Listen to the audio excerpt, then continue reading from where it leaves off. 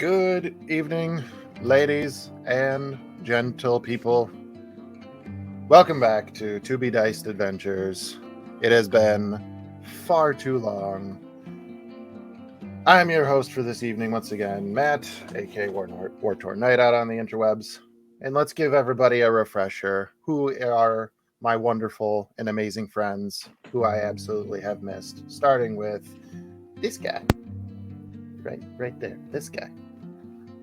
Who, me? Why, this is such a surprise. I'm Daddy Tarzan. I play a chicken barbarian. A shocker, right? His name's Clucky McCluckerson, and he started out as a farm chicken. On to you, Bahro.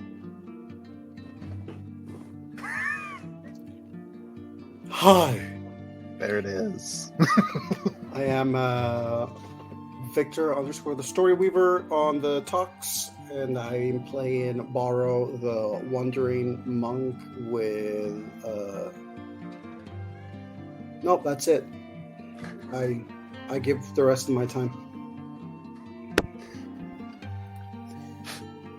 Moving straight along. I'm up next. Great. Yeah. Hey, I'm KJ. I play the child.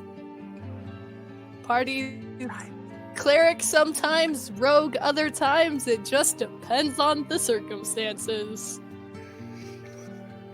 And finally, right down here, Taylor. Hello, my name is Taylor. I am known as Nerdy Pinup Girl on TikTok. I play Xanthi. She is a draconic sorceress / recovering alcoholic. And she is ready to set some stuff on fire. Aren't we all? So, that being said, we are getting back into the swing of things. It has been far too long, so therefore, why don't we start things off as normal with last time on the Dimensional Dial of Dr. Diago. The party was in a massive combat that was primarily between the rest of them and our very own Clucky McCluckerson, as he had kind of gone on a little bit of a rampage and could not quite tell friend from foe. Sure enough, this caused a racket, and not only did the goblin camp that they were trying to infiltrate sneakily get their alarms set off and came out to join the fray, but also a massive horde, swarm one might even say, of basically every single dinosaur one could possibly imagine flooding out of the jungle to create a mad melee of just pure death and destruction.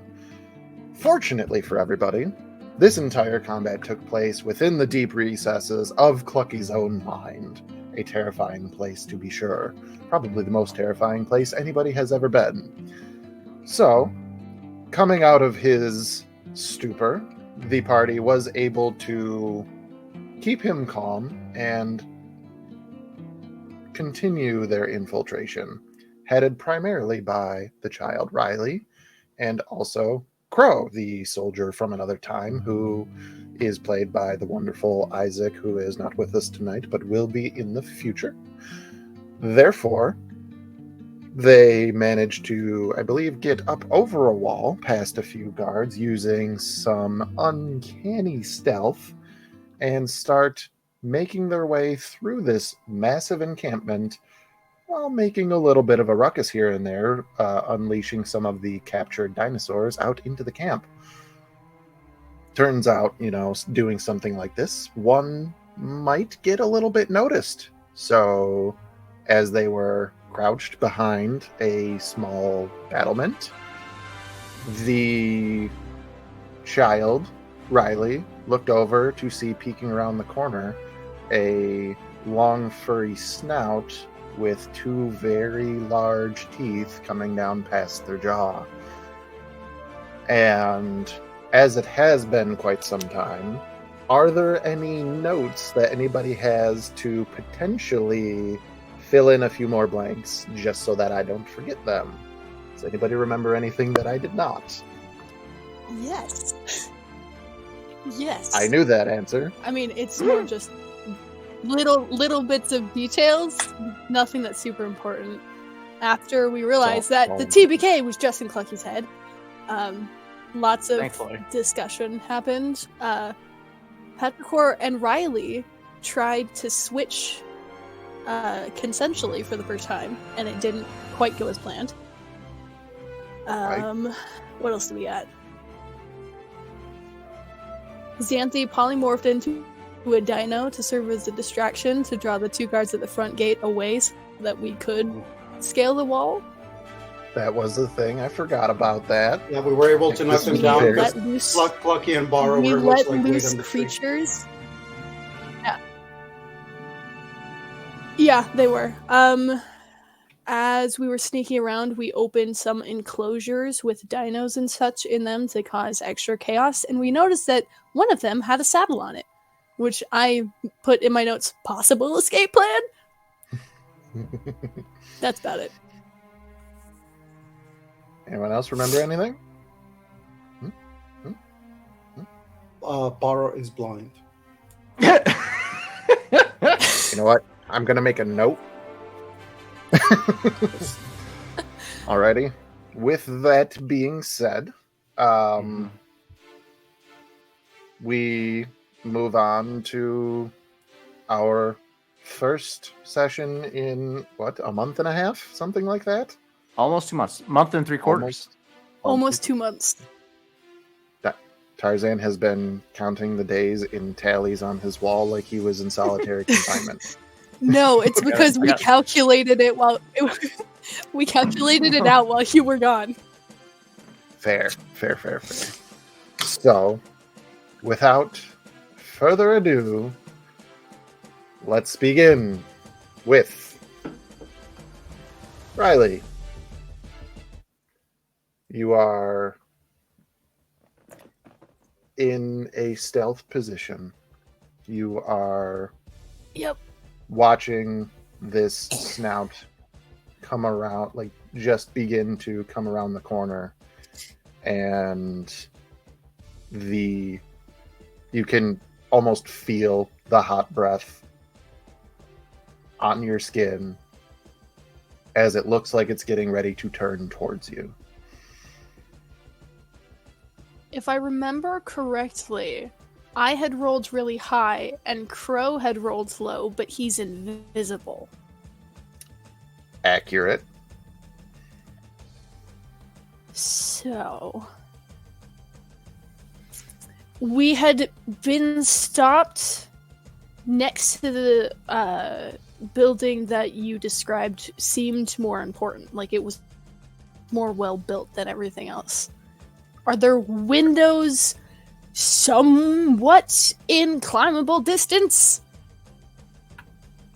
Give me a perception check. Fuck, I have to open my character sheet.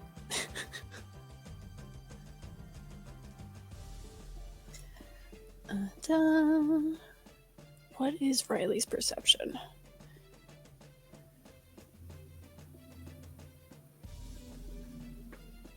Not great. That's a not so great roll. That's an 8. So you have your back up against the wall and you're kind of looking up, and maybe that's a window ledge. Maybe it's just a stone jutting out.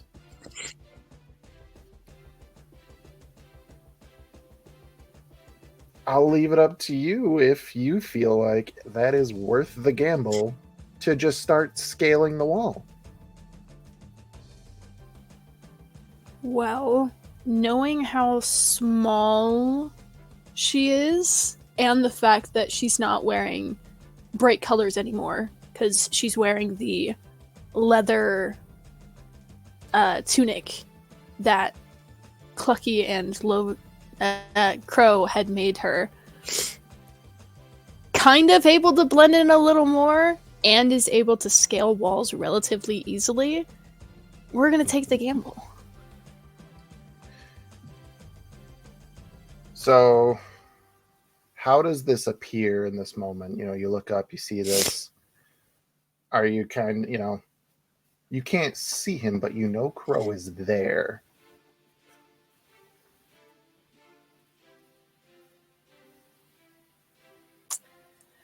What kind of happens is,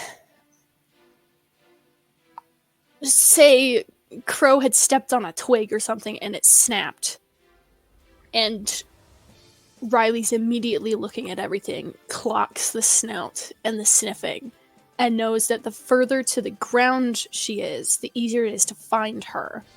And knowing that Crow can take care of himself, and he's invisible, so she doesn't know where the fuck he is, just kind of looking around trying to gauge where he is, kind of like just points upward, and then turns and takes the knife that she had snagged off of Bahro and just uses it to help scale the wall to where that ledge is. And if it's just a rock jutting out, then she's just gonna keep scaling to see if she can find a fucking window. I will require from... Oh, I know that you have a climb speed, but unfortunately, as the rules are, that is taken into account. However, you will still need to make an athletics check in this moment. Mm-hmm. Mm-hmm. If I had described this different, maybe it could have been acrobatics, and then I would have had a lot higher chances. What even does that say? Okay. +1? That's not bad. 16. 16. You turn, reach up, make that first grab, take the knife or the dagger and start using that to assist your climb. And in that moment, you see this head turn and look up at you, and this low growl as it snarls at you in this moment. And the next thing that you see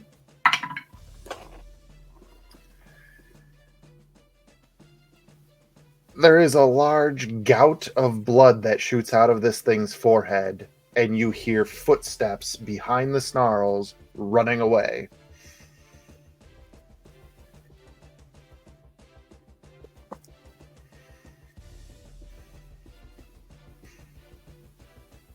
In that moment afterwards, this thing Say that again? looks around. There is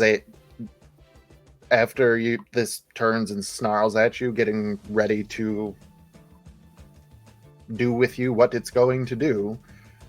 A large mote of blood shoots out of this thing's forehead, and you hear footsteps running away as this thing recoils in pain. I'm talking to Riley. Why am I saying this thing? This saber-toothed tiger.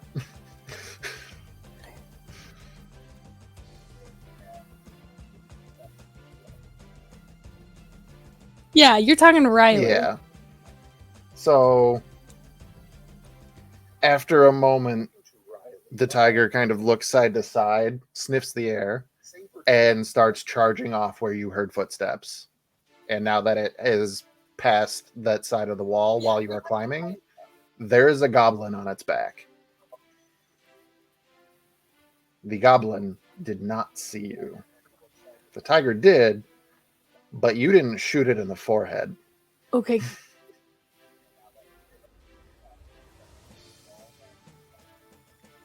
So you may continue Well, considering your climb. Riley has seen Crow... Yeah, Riley has seen Crow in combat, so understands a little bit what his type of weaponry does when it damages people. And it's just like, I gotta get the fuck out of Dodge, and we'll just keep climbing to wherever the closest entrance to this building is. You start climbing up that windowsill. You pick the right gamble. There is a window there. You begin your climb at a very quick pace, knowing I gotta get out of here. It's about 20 feet off the ground. Um, there's no glass or bars or anything like that. It's just a decent size hole in the wall, and you're able to peek up and in. In that moment, we will shift focus to outside the camp, where we have Clucky, Bahro, and Xanthi, whom I believe we had just dispatched 2 guards. So you guys are currently over 2 bodies. What's the plan? So, obviously, like, we can't really, I don't think we can, like, Clucky, I don't think can, like, maybe put on some armor, but, like, possibly maybe Bahro? Now that you've mentioned this, I thought that the plan was akin to Star Wars A New Hope, trying to bring in the prisoner Wookiee. I believe that was an idea that we had. That's right. Amongst Yeah. many other things. Yeah, we had many ideas. It was a long discussion, but yes. I do believe that may have been the most promising, unless somebody remembers better. KJ, The way that we, I think we ended up it, scrapping that idea because Crow Yeah. and Riley could just get in. the way that we ended was we basically had the polymorph that Xanthi did lure the guards into like the forest, like past the tree line where we were waiting, and that's Right. where we ambushed them. Right. So we're basically currently we are at the tree line, like behind the tree line, near the entry point, with the fallen Dude, guards. goblin. Yeah, and I don't know if there were.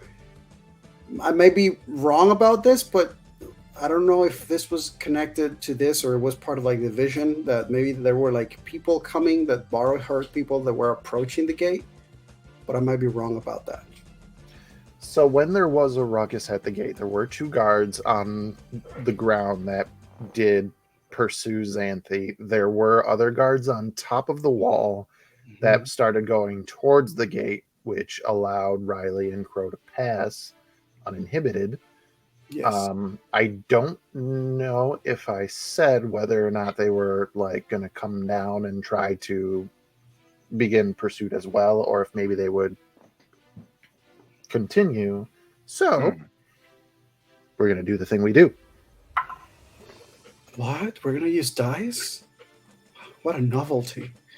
The decision has been made, and let's put it thematically. Bahro, you would likely in this moment knowing, okay, 2 guards came out. They're not the only 2 guards. Are they being followed? Give me a perception check. Gladly.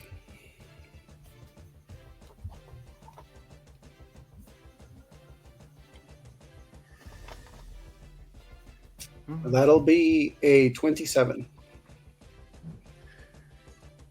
After a moment of trying to focus and listen, you do hear slow and cautious footsteps approaching.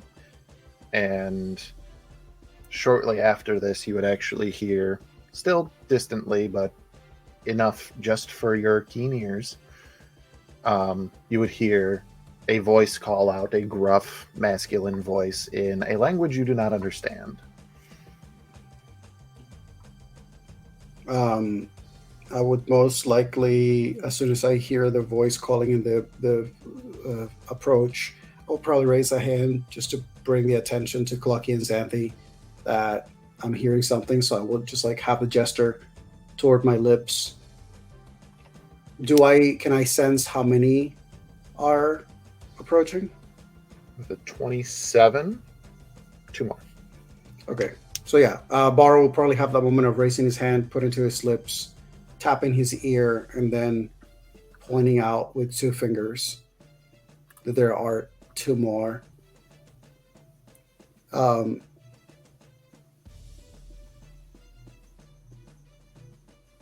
then he probably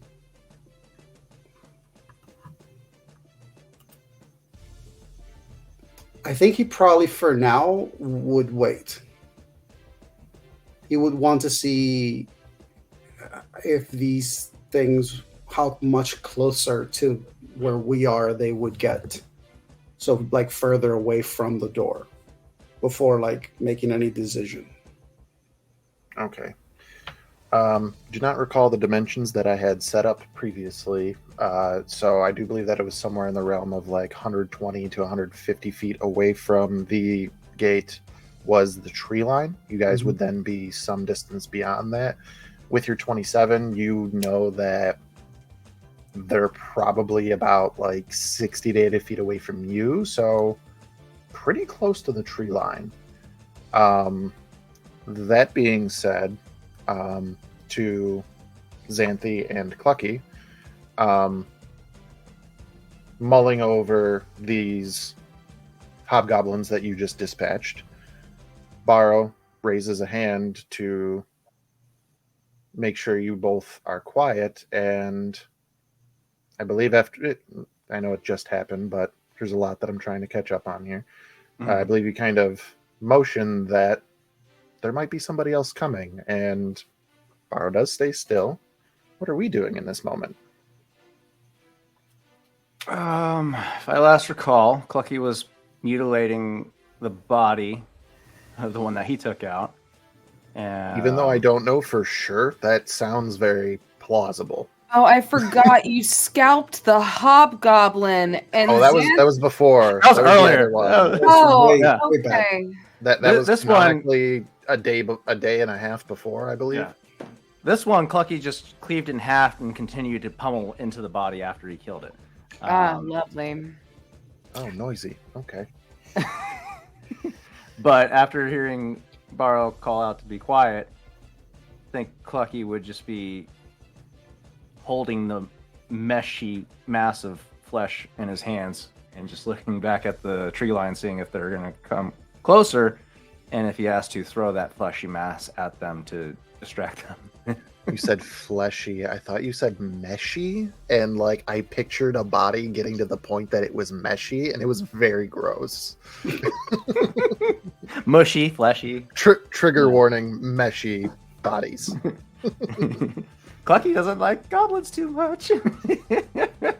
I would say Xanthi would probably have one of her daggers that she. Sorry. I liked it.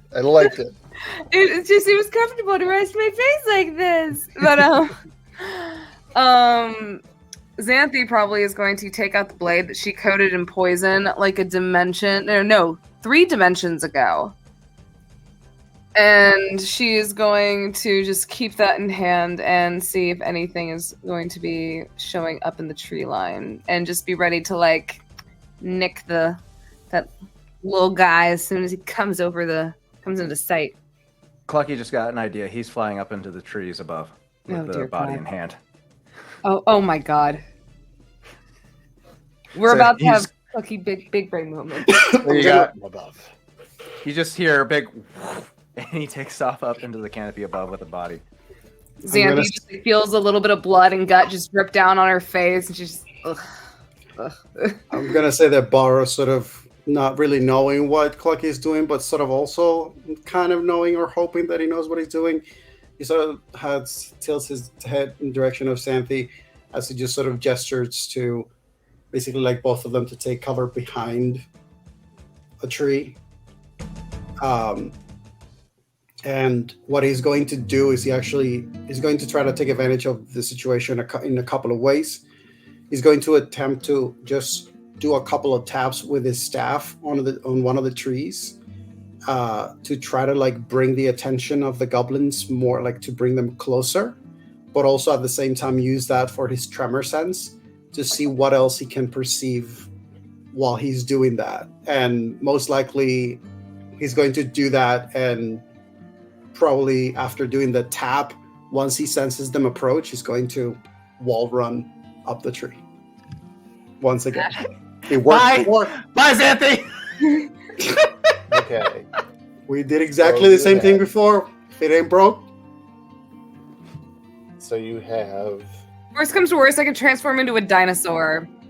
With a dagger in my mouth, just. Yeah. You have two goals here. Number one, to see better, and number two, essentially to bait these hobgoblins into the tree line. So I'm going to ask two rolls for you. Number one, a perception check, and number two, a deception check, which I'm going to give you advantage on because of the nature of things. The situation. So the perception was 23. Beautiful. Wow, that's just sad. The deception with advantage was a 6. That was literally, I rolled a 3 and a 4. Yeah, how does that happen? You know what? I have an inspiration. I don't even know where I got it. I'm gonna use it. I know where you got it because you used it against Loviatar, and I gave it right back to you because you did something awesome almost immediately after using it. Okay, fine. Let's see if something works. Oh, there you go. 21. 21. Beautiful. I will also say historically, like with the exception of talking to Loviatar, Bahro and charisma-based skill checks are not friends. No, they're not. I don't think it, even though he is the most like right Logical. and insightful, logical Here's the person thing. in the conversation. There's a reason why the child did so well against persuading a dragon. Yeah. So, with your perception, you tap the tree, and then very Toph Beifong-esque, the images start to collect in your mind of your surroundings as you listen to the reverberations through the earth and the trees. There are two medium humanoids wearing probably like medium-ish armor, holding what you can assume to be crossbows. And before, or this is as your tap is happening, the image, it's very quick change because you can get the idea that they were about to dismiss the whole situation. They were about to, they ran into the forest to get one of these animals and they're going to come back. And then the sound catches them and they turn back. They give each other a look and it's whispered. You can't gather any sort of words or anything, but you can kind of see that they're whispering to each other. And they level their crossbows into the forest, or towards the forest, and start walking towards your position. Excellent. Let's solve that really quick. You make your way, as the monks do, directly up into the tree.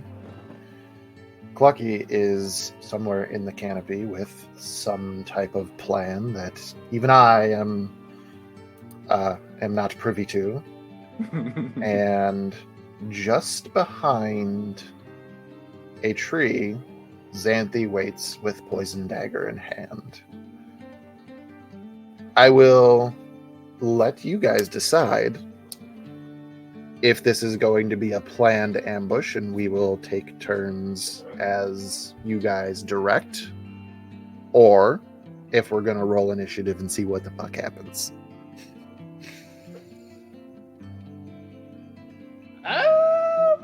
So, here's my plan. Okay. Clucky is going to Not drop... that your characters would be privy to this, but Right. This is Clucky's plan. So what Clucky has cooking in his tiny mind is he's going to scare the ever-living shit out of these two with a mutilated corpse that he carried up into the canopy with him. He's going to drop that in between the two of them and then drop down behind them simultaneously. however you guys want to incorporate that into your guys' plan. If Clucky wants to go for one of them, Xanthi will go and just shank at the neck for the other one. So basically, like, yeah, I kind of like, even as Bahro, like, I had a sense of like, this potentially is what will probably happen with Clucky, because it's basically like we literally just did this with the previous two. We're just adding a corpse now for flair, because For scare factor. because the feng shui needed some adjusting. So I would say that would probably be the plan anyway. From Bahro's perspective, would be just like before. As soon as they're getting close to like the tree line where Xanthi is probably hiding, he would probably drop on one of them. He probably wait for Clucky to do whatever he's doing and drop behind the other. For nothing else, even if he were not to attack, the fact of dropping behind them and making them turn would give Xanthi an opening. So this is the order of operations that I'm going to have this happen. Mm-hmm. Clucky, you psychotic piece of shit. I love it. These... KJ, I know we don't have everything right now, but do we have anything akin to spooky music? I want to really set the mood for this, because this is just going to be Spooky. fucking I chaos. can just do it. I can do it.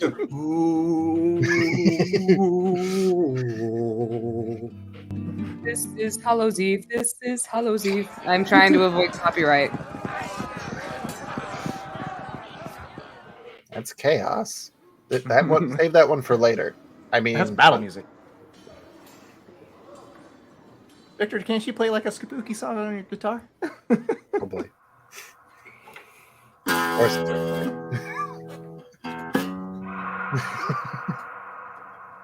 Ooh, that sounds spooky. I like that. There we go. We can keep that. All right. Here we go. That's Love the disoriented voice screams. Nice touch. Two hobgoblins begin creeping through this forest. Their crossbows leveled, checking every blind corner that they can see.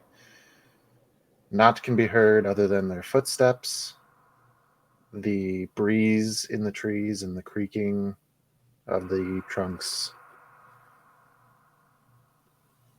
Xanthi, you know that these individuals are getting very close. You hush your breath. You take that moment, take a very deep inhale. And the sound of a branch snapping above you indicates what is about to happen. Bahro, there is a rush past you. It's coming from above, so you wouldn't have any idea, but something very heavy just passed right by you, from above to below, as a mangled corpse lands directly in front of these two hobgoblins. It's like Predator. Luckily, roll an intimidation check as you land behind them. Because of the corpse, you have advantage. Oh, I love it. Ooh, intimidation. That's going to be a nasty girl 20. The corpse hits the ground, and these two hobgoblins jump back, and one actually looses its crossbow bolt into this corpse, just out of pure reaction. And then they suddenly turn around as a thud hits the ground, and from their perspective, this monstrosity covered in white feathers, a large red mohawk of some kind going down the top of its head, wings outstretched, wielding some terrible machine in its hand, and the echoing, resounding roar that this thing makes being the trademark Clucky Bagok. And they turn around backing away, Xanthi, he almost backs up right into you. As soon as he backs up, like right into her, she's just gonna kind of sit there. She's just gonna not really go for like a grapple, but just kind of grab him by the back of the collar, pull him back, and just start stabbing. Make an attack roll with advantage. Like just shake. Go to sleep. Go to sleep. Go to sleep. Go to sleep. Go to sleep. Okay, sorry, I gotta reload D&D Beyond because it's not letting me. Oh, wait, I have fucking dice. What the fuck am I doing? I love how slow we are with our attacks. Oh my god. Everybody's just like pummeling on a regular basis. We're just like no mercy. It's a very stressful situation right now, and I think it's only appropriate to just sometimes you just gotta shank somebody in the neck a few times. It's because there's a child in the dinocalypse. That will be a 9 plus 6 for 9, 10, 11, 12, 13, 15. 15? Yes. With advantage, you rolled twice? Oh, I didn't roll with advantage. You're That's welcome. 19. Much better. You kind of grab the back of the collar of this shirt. It's a shirt made of chainmail. You just grab it, kind of give him a yank back. He doesn't even have time to utter a gasp as you reach around and stab basically directly into his collarbone. Go ahead, roll some damage. And please, do you have... This is just basic poison, right? Yeah, just basic poison that I put on the knife. Okie dokie. 1d4. Does it happen to... do you have this in your inventory where the details would tell you a Constitution save DC? For the poison, yes. Give me just a moment. D4 is going to be a 3 plus 2. So that'll be 5. And then for the poison, DC 10. DC Constitution. 10. And I do believe that it doesn't do damage, it just inflicts the poison. It's or take 1d4 of poison damage. Oh. Once So applied, the poison damage for 1 minute before drying. 1d4. That will be 3.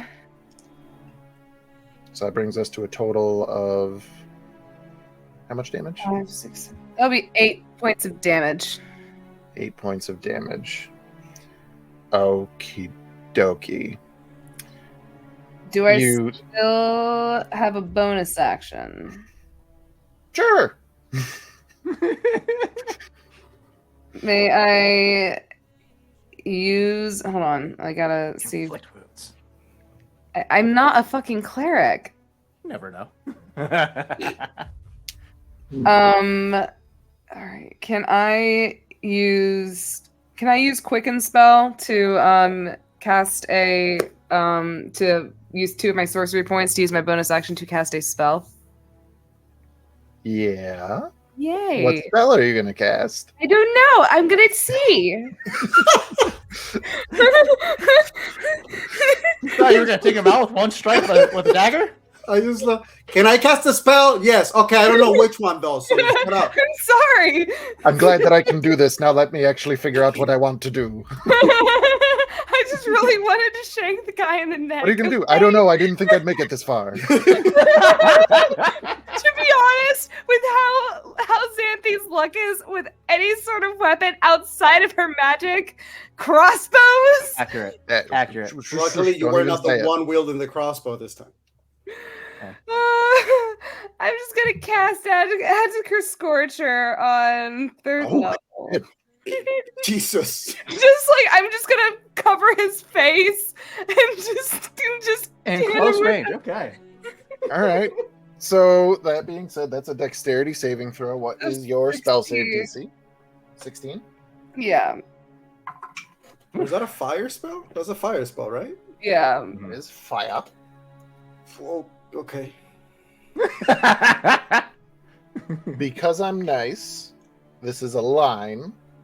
You will be able to point this to actually hit both of them. Ooh! Sorry, is Clucky gonna be okay? Yes. He'll He's be still fine. got plenty of feathers to burn. Yeah. Clucky will be fine. Alrighty.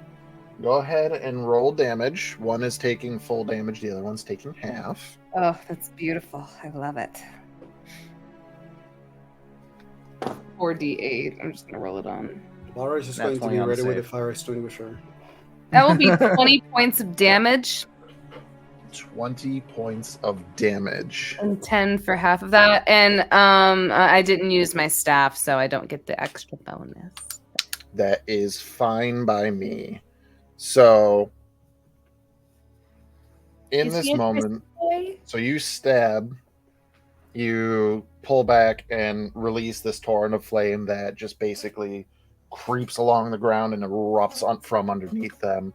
There's not even enough time to hear the cry of agony of the one in front of you as the flames die down and his body is on the ground.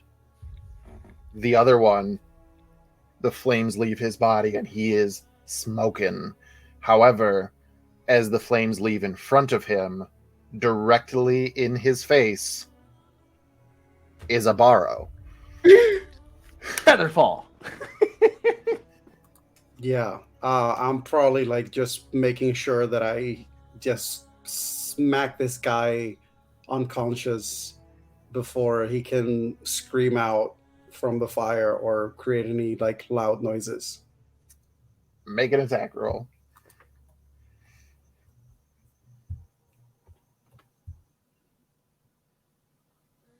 It'll be a 23. 23. Yes. Go ahead. Actually, you can roll damage if you want. This guy's going to be unconscious. Okay. So just like immediately afterwards, the last thing that he sees is this blind human in front of him with quarterstaff, and probably it's even too quick enough. He doesn't even see the strike before he is knocked out. Goody. Bahro would probably right after that just kind of like using his like nose, just try to perceive like how much, he would probably just be fire. Really? Xanthi is going to take the corpse, the burnt, smoldering corpse. She's going to kind of drag it over to Clucky and just be like, I don't know if you want to do anything with this, but I'm sure its bones could be like useful if you want to do something. She's just taking notice that Clucky is now like taking on a crafting hobby, so she's trying to be supportive. I just incinerated this man. Would you like to do some arts and crafts? Instead of arts and craft, it's bones and craft. Oh, beautiful. Well, taking note from the party that saved him way back when, he would take an ear from both of the hobgoblins. To it be extra crispy. Bahro would just basically, if he senses like there is heat or like potential smoke coming out of any of these things, he would just attempt his best to like try to like throw dirt on them or like move them to just make sure to minimize the amount of like smoke that could potentially like rise from there. And Xanthi pours all her alcohol on it. I'm kidding, no. That's a good point. Xanthi, roll me a D100. Damn it. Oh, dear God. I mean, come on. That was inevitable. I know. The moment you chose Agatha Scorcher, I'm like, okay, yeah. We're going to live with this. It's a heavy tree canopy. It can disperse the smoke pretty easily. We back, baby. We back. Hey, we back. So, that's an 83. 83. Oh, God. I don't know if that's horrifying or a relief. The area is thoroughly cooked. Extra crispy. Fucking goblins are going to look from the thing and Riley's not going to have to worry because the goblins are going to shout like, yo, we got a cookout. And they're just all going to... Meat looks like meat's back on the menu, boys. Hey, we're creating a distraction, is what we're doing. All right. We'll be running around like the Scooby-Doo gang while like Riley's sneaking around behind, going through all the little doors looking You're for the welcome, Riley. artifact.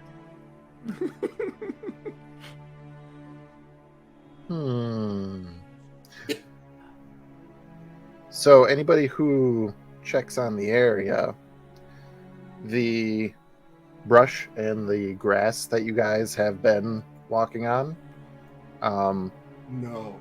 are smoldered, as are the bark of some of the trees nearby, but nothing has actually caught fire. Yet? I mean, We're at it's we're at a densely smoldering, forested so area. if one really wanted to, they could Create a fan the distraction. flames. We'll Although a certain later. bear in a national park would be very upset with you. okay. Smokey can eat some dirt right now. Okay. The arson is necessary. Consider it controlled burning. All right, of corpses. So, while there is some smoke, there is no fire. Well, I would say since Clucky is an outdoorsy type, I would think he would take notice of that. Oh yeah, he's back on the ground. So yeah, he would turn to the two of you and be like, "Well, the smoke could work to our advantage if we fan the flames a little bit.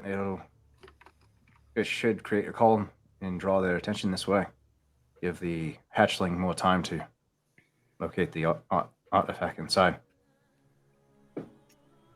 Xanthi will, upon hearing that, she'll kind of point to Clucky's wings as she goes and takes off her cloak. She's going to start fanning the trees. I'm going to raise a hand. Bahro's going to raise a hand and just... Yes, we can use the smoke. But perhaps we use the fallen ones instead of the trees. We do not know the risk of how far this can go if the fire were to caught on. So we should drop corpses on them again? Well, he's No, just suggesting start a we fire with the corpses. Yeah.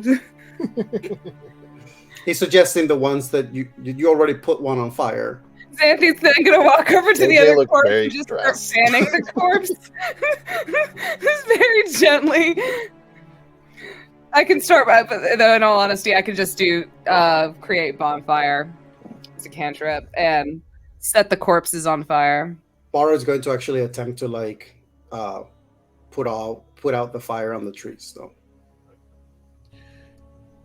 because he may not be a druid or a ranger, but deep down, Would I just be able to use control flame and pull the flame off the fire of the trees and then put it onto the corpses? Yeah, all right, then we'll do that.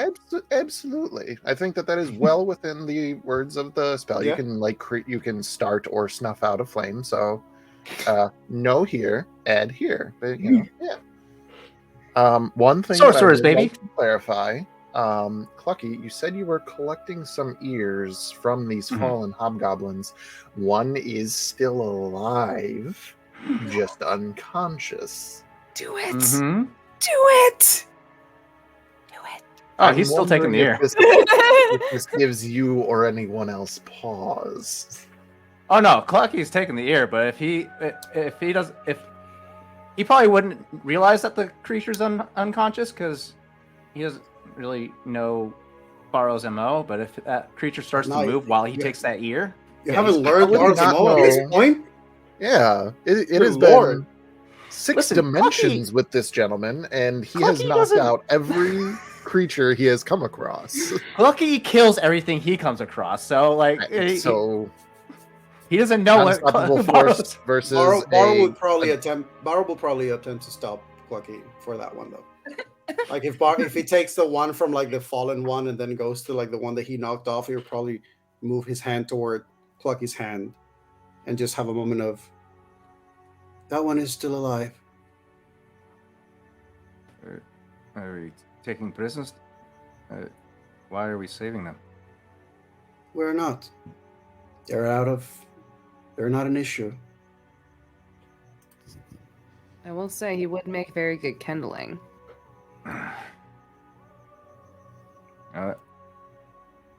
He gets up. I'm taking his head. And Clucky walks off with the rest of the ears and starts connecting them with some sinew. That being said, whilst all this happens, Riley, your your ascent has reached its peak. Are you just climbing right in, or shall you look before you leap? Comments are not helping you guys. No, she would take the time to probably lay down as much as she can across this thing before going in so that she can get a look in without like exposing herself. Give me a perception check. Roll better. Jesus Christ. 10. As you're pulling up, getting ready to go in, you take that quick pause to kind of peek around. You don't see anybody around. There is a hallway in front of you. It's not like super long, but I don't know if I described it this way before, but the window, this height of this building at least, is predominantly stone. Are there any easy places to hide, like close to this window? There's a couple doors. They're closed. Actually, let's see here. I'll make this side. There's one open. It's a little bit further away than it. There's like 3 doors and then an open door. Riley will carefully slide into the window and just hug the wall and go to the closest door and gently see if it'll turn. You give it a quick turn. Actually, let me think here. There's no knob. What kind of door is this? Wood. Like, what's the construction compared to what Riley, like, knows? Slats of wood bound together by rope and tied again using rope as the hinges to a wooden frame. As she kind of went up to, like, reach for a handle, realizes there isn't one, will just gently push on the door. Make a stealth check. Okay. Here we go. This is not. I cannot possibly fail this. 26. Reliable talent, baby. Well, I have a plus 12 to stealth, so... You give that door a push very slowly, but it does just push right open. What you are looking in on appears to be... What do I want this to be? We're going to say that it's some sort... There's an area, there's a few tables in the center of the room kind of pushed together. There's a few sort of ramshackle chairs around the table and a lot of different materials on the table, like wood and twine, some stone. It looks like this was, some type of crafting area to put a couple things together. You see, there's a couple like buckets that are made, some without handles, some missing bottoms, some that are just like half. There's a couple bundles of like some sort of arrows that you can see, things that are just made out of wood, stone. There are some little bits of metal, like the arrowheads are metal, but there's like a big box of those that appear to be, somebody is using those to attach to the shaft and the fletching and all that. So there's stuff to make various different tools and like some simple weapons out of wood primarily. So you said there was twine? Like short pieces of twine or like long bundles? Hand-sized little balls of twine. Riley's gonna snatch up 2 of them and stash them away. Because Noted. those could be useful later. She's gonna find a spot furthest out of view to sit down. Like pull a chair or a box or something, some of the buckets, pile things to like make it harder to see her. Just to sit down crisscross, try to remember what she's seen Bahro do when he does his meditations in the morning. Mhm. To try to talk to Petrichor. Okay. So I will again need 2 rolls from you. The first one, we're going to call this one a stealth check. I know that we just rolled one, but that was a different situation. Let's see how good we are at making a little hidey hole. 27. 27. Fantastic. Noted for the future. Now, trying to grab from the recesses of my mind, I believe when you attempted to switch with Petrichor, it was a charisma saving throw? That sounds legit to me. I but think can't that's what remember you if had that's me what it roll, was. yeah. So I think that's what you had me roll. to communicate, I will lower the DC from what it would be from trying to actually switch. And I will give you advantage because you are trying to use Papa Core's medication. Not his medication. Medication. Medication. Not my medication, child. Make sure you use childproof caps. This is Riley we're talking about. Childproof means Oh. childproof. To be Dice Adventures It's does not magic. endorse child self-medication. Magic's a little bit different. Riley can't get into magic, but like the It's childproof magical bottle childproofing. caps? Are you kidding? Skylar taught Riley how to get through those real early. Bahro is like, I'm actually 18. able to see. I just need to have a medication. Where'd it go?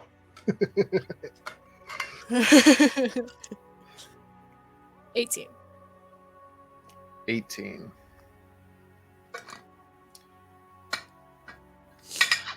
You take this, crisscross stance. You take a moment, focus, deep breath. Try to meditate in this moment, and you reach out to try to communicate with Petrichor. What does Riley say?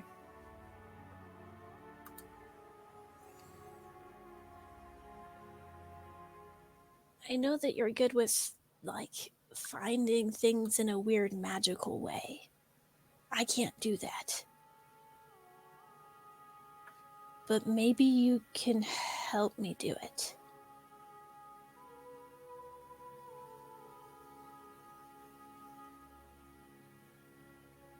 KJ, you have the floor as this is a conversation between 2 of your characters. That's true. I didn't think about this beforehand. Actually works. I gotta go grab something for a second, so I'll be right back. I'm still listening. It takes this is true. There's a bit of a pause before there's any response. But almost in an echoey manner, Petrichor simply replies with, Well, it's kind of like muscle memory. It's just something that's attached to you. The best way I can describe it is pulling on the natural forces and energy that's, within you and in the air. Riley is very confused with the concept because magic wasn't real to them 2 days ago. But we'll take it and try to recall conversations she's either listened to subconsciously or listened to while in control that Bahro has had about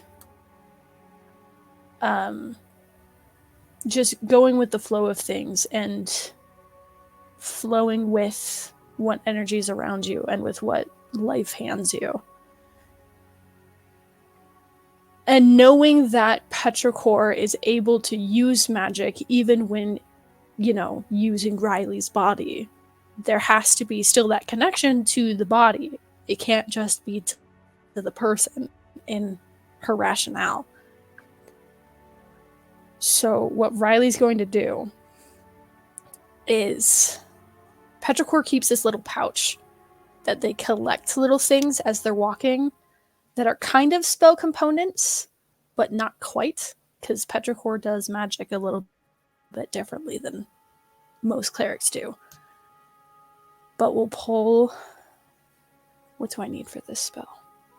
Gotta go to the other character sheet. Kind of from subconscious, Petrichor is guiding Riley into what exactly to do.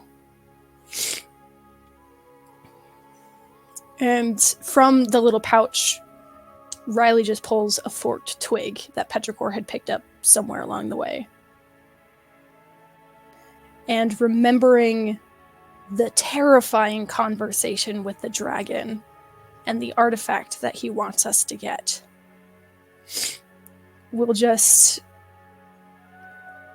trying to make as little noise as possible, we'll mutter the description of the artifact that they were given, and is going to attempt to cast Locate Object with Petrichor's help.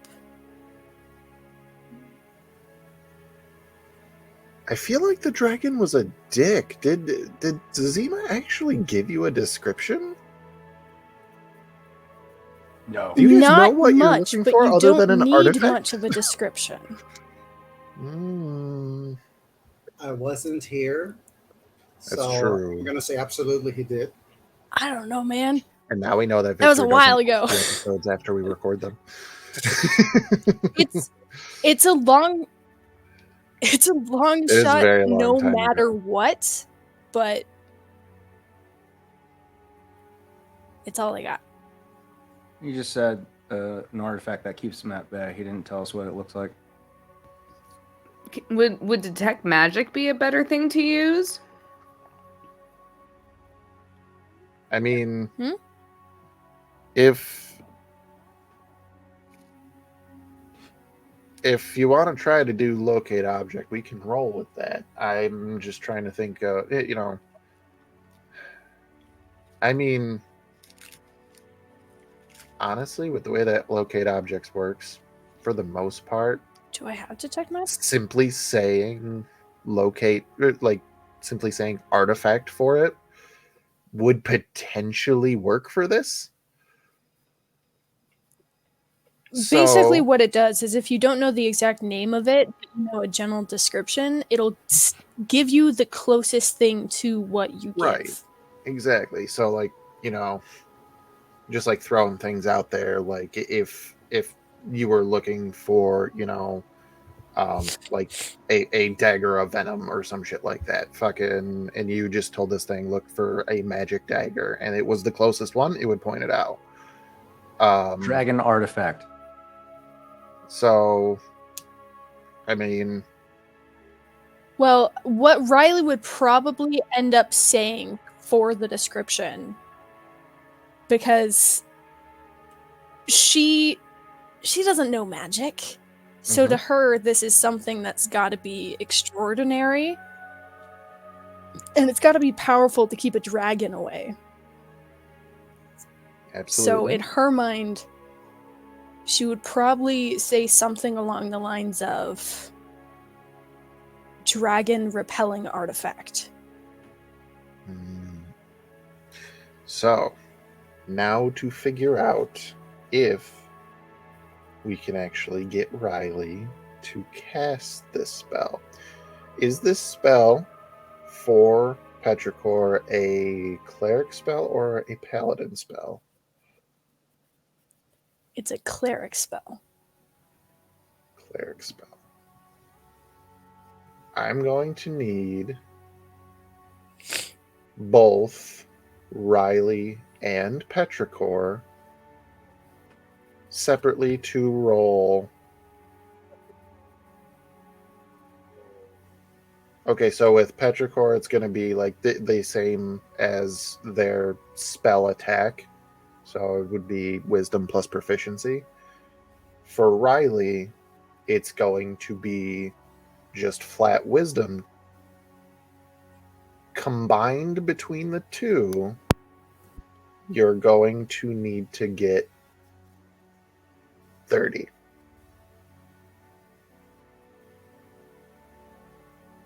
Roll high. Let's go. And Can go. Petrichor cast guidance on Riley? And they Unfortunately, do. no. Technically Petrichor is in the midst Is of that an casting option? the spell. well, she's already trying to cast through Petrichor, so they would need to do exactly the same rolls for guidance too, because it's still the same process. Yeah. What am I rolling for Petrichor? So it's gonna be D20 plus wisdom plus proficiency. If you don't want to do the extra math, it would be the same thing on D&D Beyond so as a spell nervous. attack. You should be. Come on, Zima. Don't do that to me.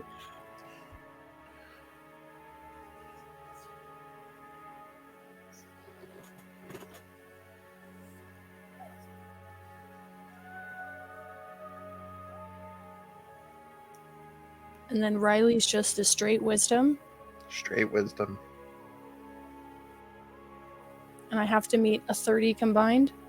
30 combined.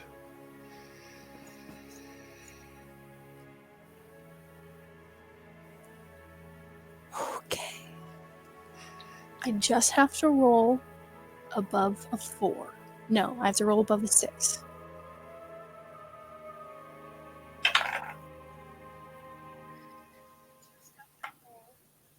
$31. Woo! Hot damn! That was the most stressful roll of my life. So, knowing that Riley is basically calling upon Petrichor in this moment, Petrichor attempts to reach back and sort of send the willpower, the magical essence necessary for this spell through Riley. After all, it's, magic is as much in the mind and the body and the soul together. So these would be two hands having to come together to do whatever this may be. And they both reach out almost with outstretched fingers on an astral plane, and the hands meet. And Riley is able to cast Locate Object in this moment. Riley focusing after maintaining this connection. There is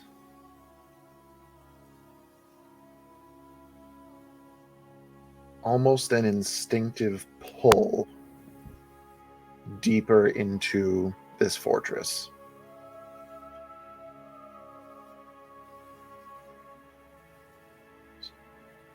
Riley would have the understanding in this moment that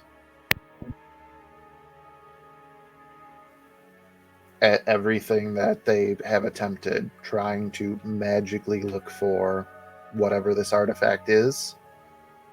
It is Riley is now getting the signal that it is deeper in this fortress.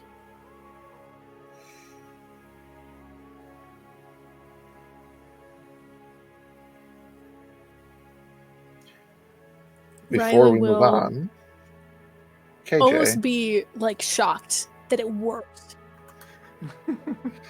before we move on, I will need you to make a note Uh-huh. on D&D Beyond that while Riley is in control, Riley may cast a spell that is on Petrichor's known spell list twice before needing a long rest.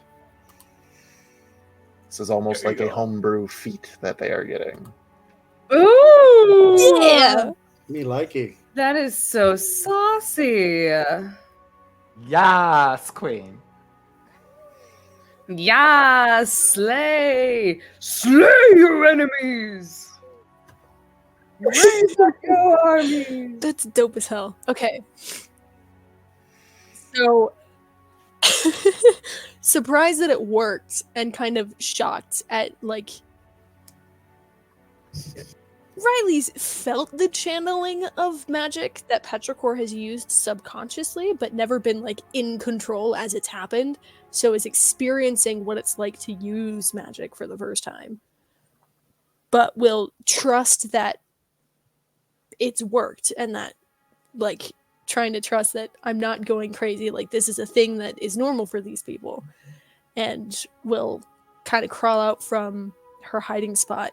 And as she gets back to the door, she's like, oh, where's Crow? And we'll just kind of like duck down and just be like, Crow, are you in here? Just kind of looking around for any sign that he's here. Make a perception check.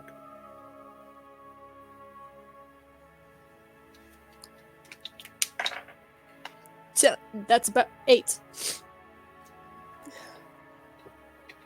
Riley does not get any indication that Crow is near them at all.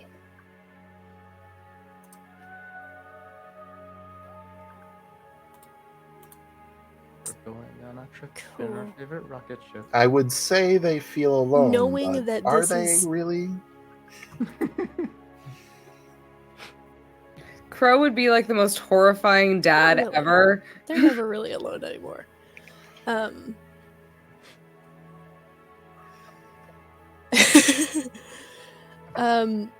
Knowing that this is somewhat time sensitive and that she doesn't have all the time in the world to like figure out what she's doing, will hope that Crow can find her or handle himself in whatever way that he's going to, and will just, as quietly as possible, making herself as small as possible, head towards the direction that she feels the pull. Okay. Now that you are leaving your little hidey hole, I will ask for another stealth check as you start making your way into this fortress.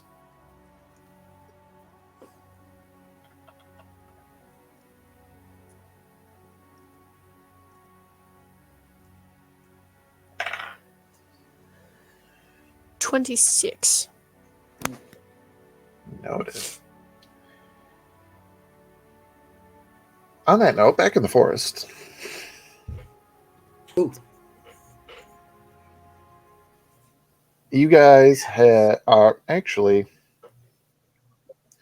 you're using control flames to sort of ignite the bodies, allowing for more smoke to sort of draw attention to this area. She cast bonfire too, I think. Did you also do? I can just use control flames to take the flames from the tree and then put them on the fire. Now it's both the bodies, right? I'm still burning the guy who's still alive. There are two bodies. Actually, Alright. there's 3 bodies and 1 unconscious hobgoblin. There's one unconscious, one body, and something that once upon a time used to be a corpse, and now I guess it's just Yeah. a mesh. Smash. You know, Compliments of Clucky. compliments of Clucky, yes. Because It got turned into hobgoblin chutney. yeah, there's Delicious. goblin poke. Oh god. I would say Clucky at this time is off to the side. You guys are messed up. Victor's bad. I'm sorry. Did Clucky just say that we're messed up? How is that even a thing? I just find it funny that it came out of the guy who plays Bahro's mouth, Mr. I'm all peace and Listen, I would say- you're just like, I'm ma- okay, I have to hobgoblin. make sure. I have to make sure I heard it correctly. Did you describe it as hobgoblin poke? you I oh my god! I will neither confirm nor deny. Like, would it be gamey? Like, I don't know. Clucky's never eaten hobgoblin before. He has almost been eaten by a hobgoblin, but he's never eaten a hobgoblin. chickens like eat anything? Like, why hasn't Clucky tried to eat a hobgoblin? If a We're hobgoblin committing doesn't- war crimes at If this it's a hobgoblin, point. if it's a hobgoblin, does it mean that we call it a hokey pokey? Just Oh god. asking for a friend. KJ, can you kick Victor out of the stream? Remove him entirely. I'll show myself out. My god. I would say currently Clucky would have walked off to the side. You guys would, the two of you would have noticed more recently than usual. Spirits have been floating around Clucky more so as of late. I'm totally seeing that. Chicken spirits or just spirits? Chicken spirits. Where you know how he usually just summons them out of the ground. Yeah. They have now been more present in remaining around Clucky more so. Aw. He is currently talking to them right now. Can we pet them? Do we? No, they're still. Is there? Do these spirits have any form of either sound or anything that would make Bahro notice them? Because if they're spirits and they're like silent and just floating, Bahro probably has never, Yeah. he's never Uh, doesn't know that they're there. so they have some physical form, given that they can impose that they do have some level of physicality, but I would say you could hear them chirping to Clucky right now as he's engaged in conversation. No, He is currently he's talking to his spirits about Caliban.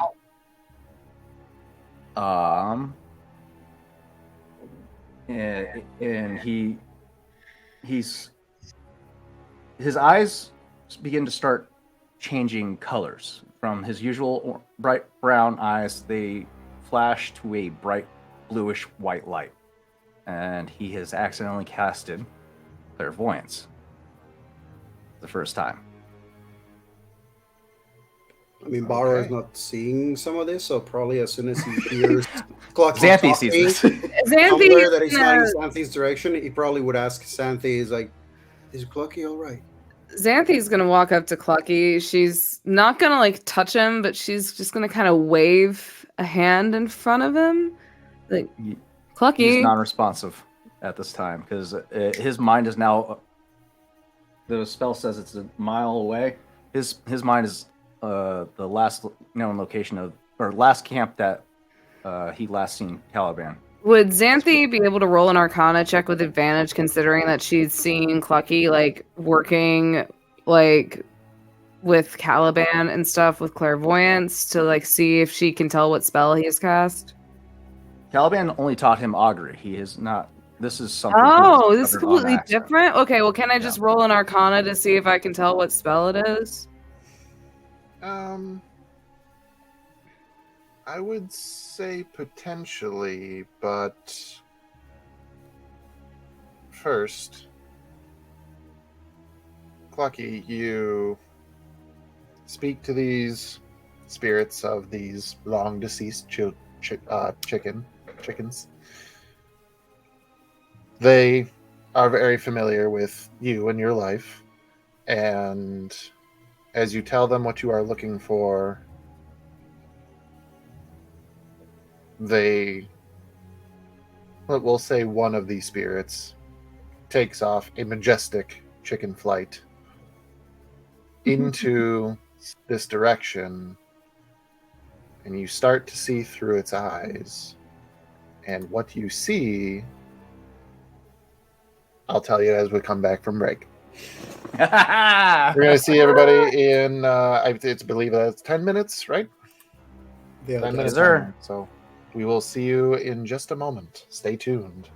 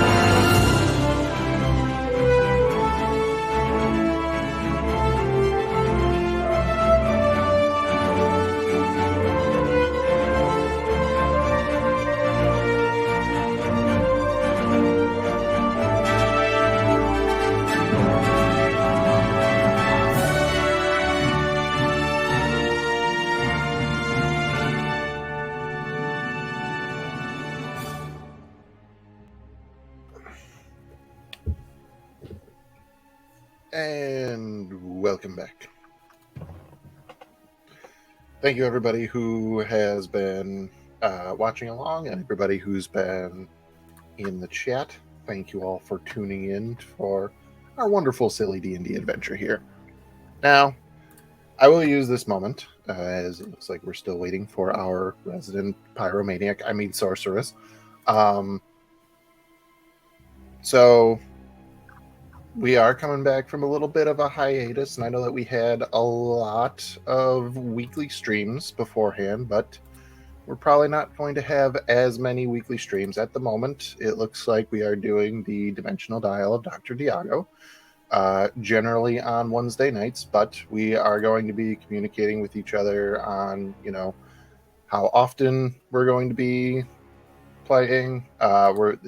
There may be a few weeks off here and there as schedules and life happens with everybody. So tune into our social media accounts, all of them. I know that we're really good at trying to keep everybody updated when we're going to be playing next, especially this guy over here, not only keeping the 2B Dicers, but also his own Pack Life server updated with everything that we have been up to. You can also find over there even more Victor, the Story Weaver, on social media, and then even more over there, KJ.cosplay, and also down here, Nerdy Pinup Girl, aka Taylor, and then myself, War Torn Knight.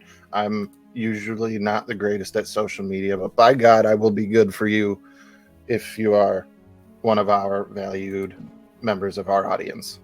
So, that being said, follow all of those things.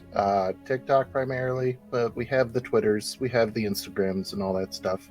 And as we start to get some more shows back in, again, probably not weekly, but whenever they happen, we will let you guys know. Alrighty? Alright? Indubitably. Doing It's, good.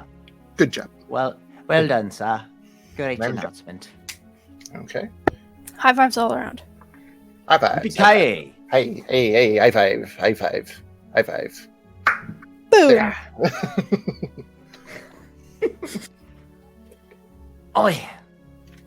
I'll give it a visual description of what you guys are all seeing. With Before Clucky you do currently. that, I just wanted to point Barbie. out to Matt that Bahro would probably attempt to take whatever arrows the goblins had, so he can have projectiles that he can just throw with his hands. Cause Noted. missile throwing. So they would be crossbow bolts, and each one of these hobgoblins, you know what? We're going to do this. I don't know if the first two had crossbows. Yeah, they had crossbows. They probably would. Yeah, At they were least chasing two of them did. Velociraptor. Yeah. Oh yeah.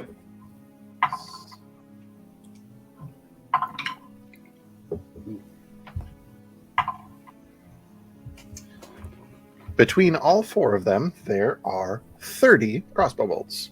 You can take as many or as few as you wish. Well, I will take them. Alrighty. And now he is a machine gun. You done messed up, All right. Aaron? So visual descriptor of what is happening with Clucky right now. There's like a little circle of little chicken-like spirits that are surrounding Clucky in a small circle. He is currently kneeled on the ground, battle axe resting across his lap as his eyes are currently glowing bright white light, and he is unresponsive to any physical interaction, any verbal interaction. His mind is currently a mile away, being brought to the last known location of camp where he last saw Caliban.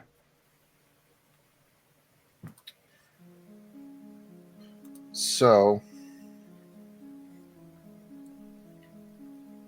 I will, really quick in this moment, give Xanthi her chance to roll Arcana, see if she can identify the spell or anything even close to it.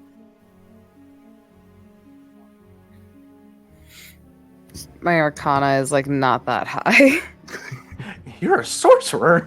Actually, I have no plus in Arcana. I'll cast guidance. Yay! I forgot that you can do that. Because your What monk is is Bahro? also a cleric. That is 17 flat and D4 for guidance. And a 2, so that would be 17. That would be a 19. So,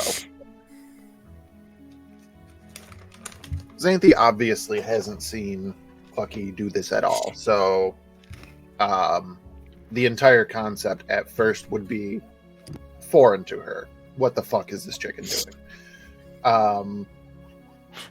Upon inspection, looking at it, there's like some telltale signs. There's a conversation that's happening, and like the way that it's happening, you kind of start to get inklings. You're like, that can't be right.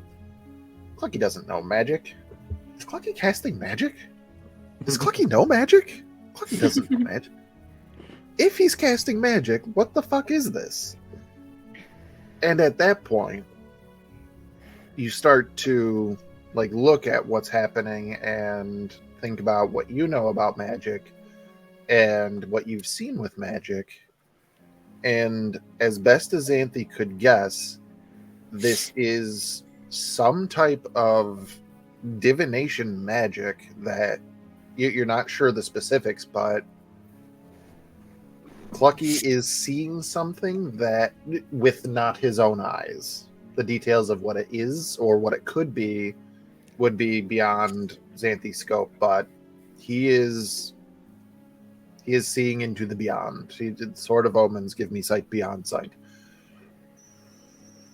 Xanthi is just gonna kind of sit there dumbfounded for a minute. I think the first thing that's gonna pop in her head is, oh my god, what the fuck has possessed Clucky, and do I need to set him on fire? But upon seeing his celestial chickens still surrounding him, and him having his weird little conversation with celestial chickens, you kind of okay, I don't really see this as a threat. But then she's gonna just sit there again, dumbfounded, being like, how the fuck is this chicken doing this? And she's then just gonna turn to Bahro and just be like, I don't know how, but I think the chicken is using some kind of divination magic. I can't tell what exactly, but whatever of his head is, or his brain that was in his head is not there right now. That's an interesting way to describe it. All right. I see.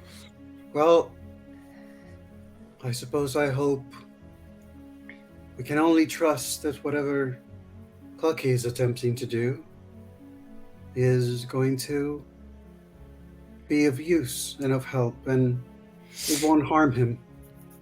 He'll return to us when the time comes. In the meantime, we must keep an eye on the place. And Bahro is going to, take that opportunity also to go back into doing his usual taps with his staff to just try to get a sense of, see how far he can get with his tremor sense into the fort, to see if he can either hear or perceive anything shifting or changing. While Bahro's doing that, Xanthi's probably gonna try and find some twigs and stuff and just try to kind of cover up Clucky just a little bit, just to kind of keep the giant chicken in case someone looks into the woods and they're oh, it's a giant chicken zoinked out of its mind. You guys are back enough that it's not it's like somebody looking from the fort. It's not like tree, Clucky, tree. You guys are That's back. A very strange tree right there. That's Was there snowfall? But why does that tree have so many weapons?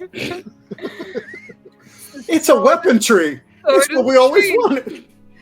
But on that note, I guess Xanthi would probably just kind of be continuously she'll be keeping an eye out on things, but she's also gonna just kind of be looking around, making sure Clucky isn't going to making sure there's no changes or fluctuation in this. Considering this is the first time he's done this, she's a little like scared that I don't know, like Bracaw prophecy and then explosion. Like we don't know.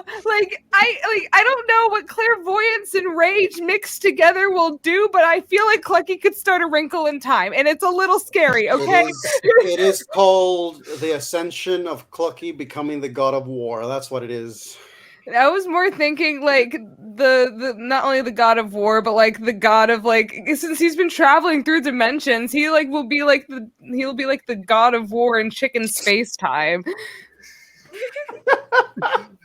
What's happening? I think you guys would probably get a sense of an idea of what Clucky is doing, because he was actively talking essentially to himself, but to the spectral chickens that are now at your guys' feet, just pecking at the ground now, saying you would have picked up the words like Caliban and camp and whatnot. So, but the behavior that he's now exuding, completely being absent-minded at this point, and his eyes are glowing, that's not something that normally happens. So that's in that case, what I'm gonna say is that Bahro is gonna, after doing the tapping and trying to perceive, he has a moment where he sort of tilts his head. His hand sort of gently reaches on like Clucky's shoulder, barely touching, not wanting to disturb, as he says, "I hope you find what you're looking for, friend." And he casts guidance on it. So, Mr. McCluckerson. indeed. This chicken, the spectral chicken, has been cast into the direction of the camp where you last saw Caliban. It comes to its position. So I did look up the spell. Are you focusing on what you see or what you hear? Visual first. If he doesn't see anything, he's going to switch over to hearing and see if he can pick up any sound from there. From these chickens' perspective, you make it to, it's a mile in that direction. Yeah. So you don't quite make it to the camp. But you start looking around the area. You see some paths between the trees, between the rocks. Some little bits of animals that you're not quite familiar with moving in the distance. You may make a perception check and use guidance. Yeah, buddy.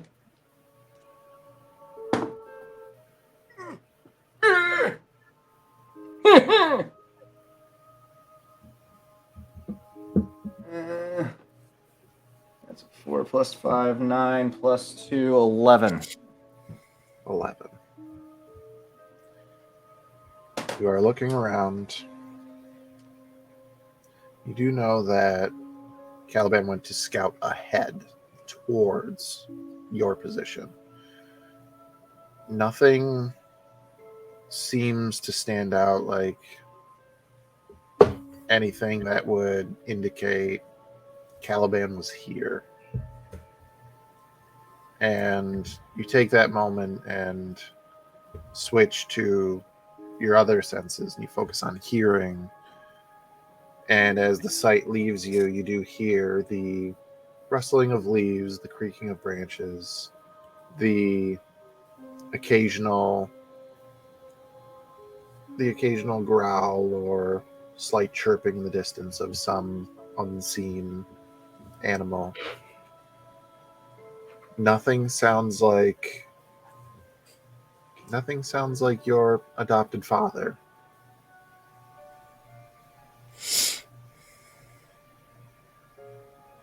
He would spend a few moments with just the sound, just trying his hardest trying to hear some kind of indication, but after a moment of no success, he'll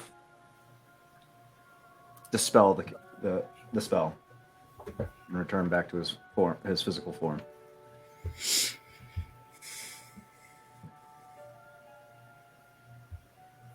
You all watch as shortly after what Bahro had said, placing the hand, telling that he hopes that he finds what he's looking for.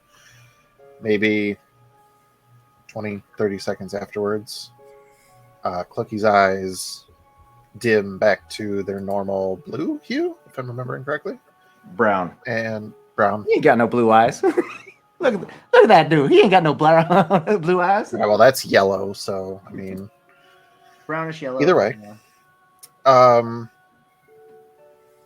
To his normal shade of eye color, and he sort of, like... You see that moment where he sort of comes back to his own senses.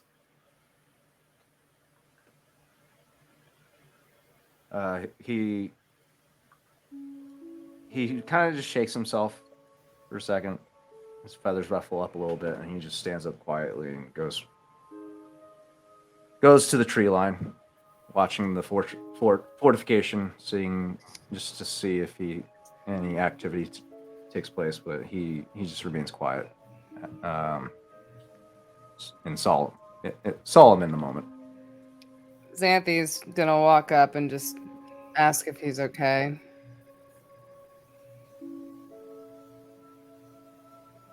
Papa is nowhere to be found. I worry. Well, it's normal to worry, but your papa can take care of himself.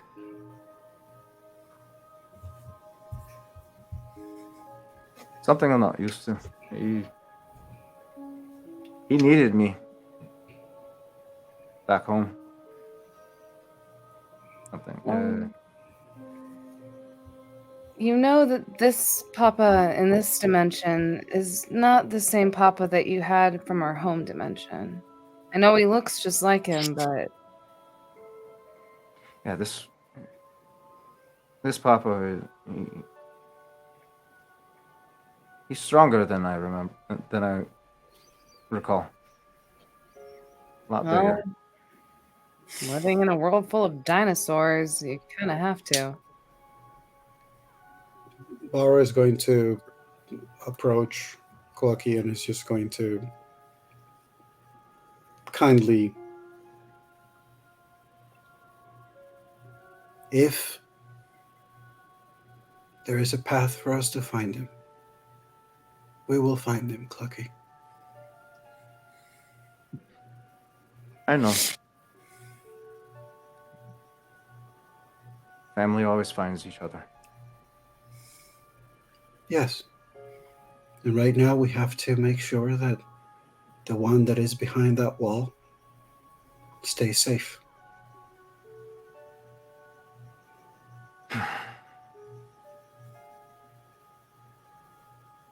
Don't like waiting. Patience is a virtue. Well, not to keep the chicken waiting. Riley. We return to the scene as you are stalking the halls.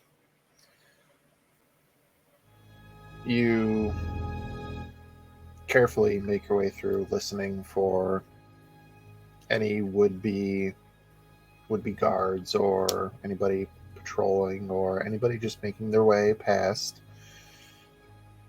very successfully. You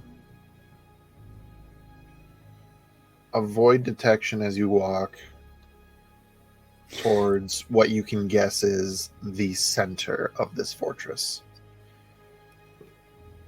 You dodge a few different patrols here and there, like a pair of hobgoblins with spears in their hands talking about something that is the most alien language that Riley has ever heard. there appears to be, a couple goblins that are, one is pulling, the other one pushing a cart that appears to have like coming from some type of mess hall or something, just a bunch of, plates, different, like mostly knives or things like that, whatever the case may be. And you remain within the dark corners, and you may remain out of sight. And you get to a sort of T-junction where you can look left and you can look right. You have that pull to the left. As you peek your head around the corner, there is a large double door that is flanked by 2 bugbears. Is it an empty hall, or are there things that I could potentially like hide behind to try to get closer? It's for the most part empty. There's like a few things here and there, but nothing that would provide suitable cover. And I believe Riley had seen the one bugbear that you guys had fought, but these, again, very strange creatures to this individual. Like over 7 feet tall, covered head to toe in yellowish, brownish fur, wearing, leather-ish armor. The thing that seems odd to Riley, I'm going to guess that Riley is not the most versed in medieval-ish dated music in terms of the modern world. So that one looks like it's holding a very weird-looking guitar, and the other one has in their hands this, they're wearing like 2 big drums on either side of them. Are these guards or are they the band? Riley has no fucking idea, but doesn't want to get caught no matter what. What are the walls made of in here? The walls are made of stone. And as you have progressed on your journey, the doors specifically, because I know that this was a topic earlier, have gradually become more and more reinforced. There are now more properly made wooden doors with sort of metal reinforcements and, again, not knobs, but more so like those ring style latches. Pull it down, lifts up, and then comes out of the wall.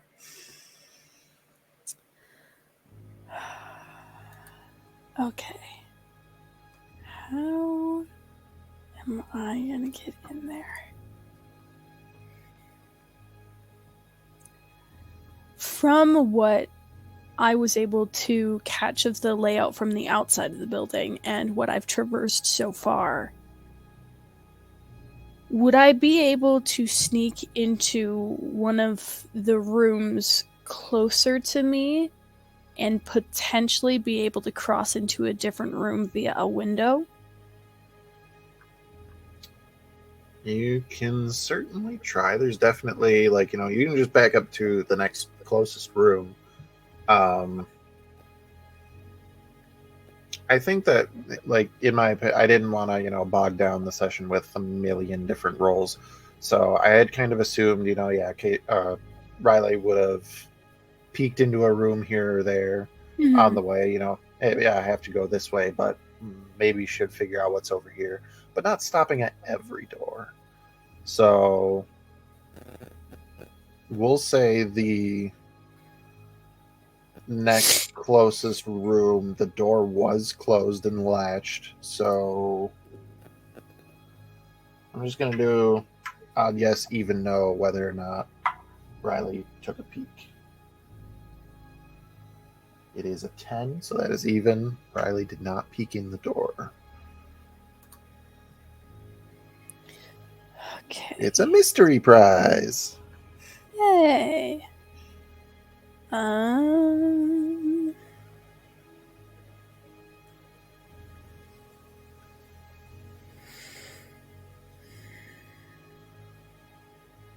Hmm.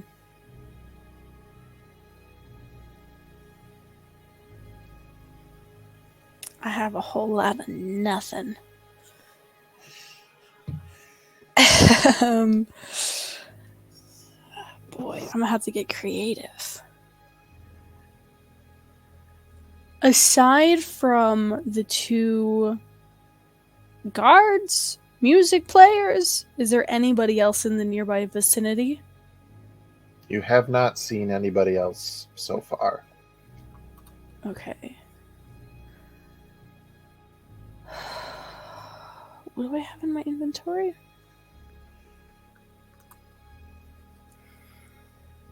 How far from me are they? We'll say 20 feet. So, from where I'm at, kind of peeking around a corner, does the hallway I'm in keep going forward, or does it come to like a T-juncture? It's like a T, yeah. So Okay. you are looking left at these two guards, and the other way, you don't see anybody, but there's definitely like a room or two down there that you could probably stick your nose in. Does there happen to be something with legs across the way? Like legs as in like a table or a chair, or legs like in an animal? Table, chair. Okay. Something that I could potentially even lift up to slip something underneath.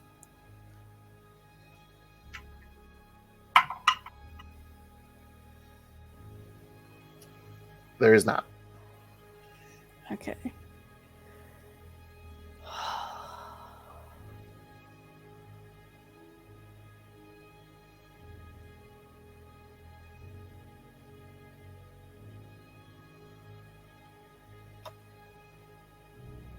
If I'm remembering correctly, I'm somewhat disguised to look like a goblin currently. Yes! On my way in, I had smeared like dirt and mud on my face and had pulled the cloak up to try to make myself look more like what I was seeing around me. So if I did get caught, it'd be easier for me to lie my way out of situations. Is this something you did in real life or in Clucky's Mad Dream World? I did it in both. Because when we were moving and I realized that Crow could go invisible and I was easier to get caught, but I was small enough to match the height of some of these things, I tried to disguise myself to look more like them. Fair. Alrighty. Only we had seeming. Disguise Okay. self even. Okay. And I have that at my disposal now, too.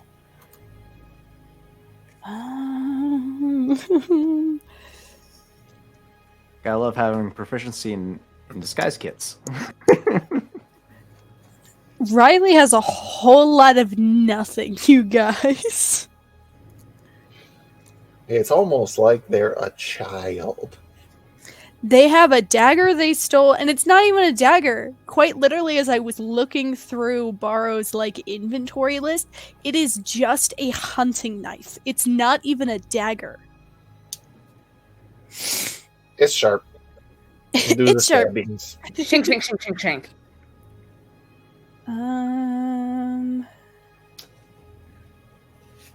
Oh, this is why you go to the kleptomaniac chicken for weaponry.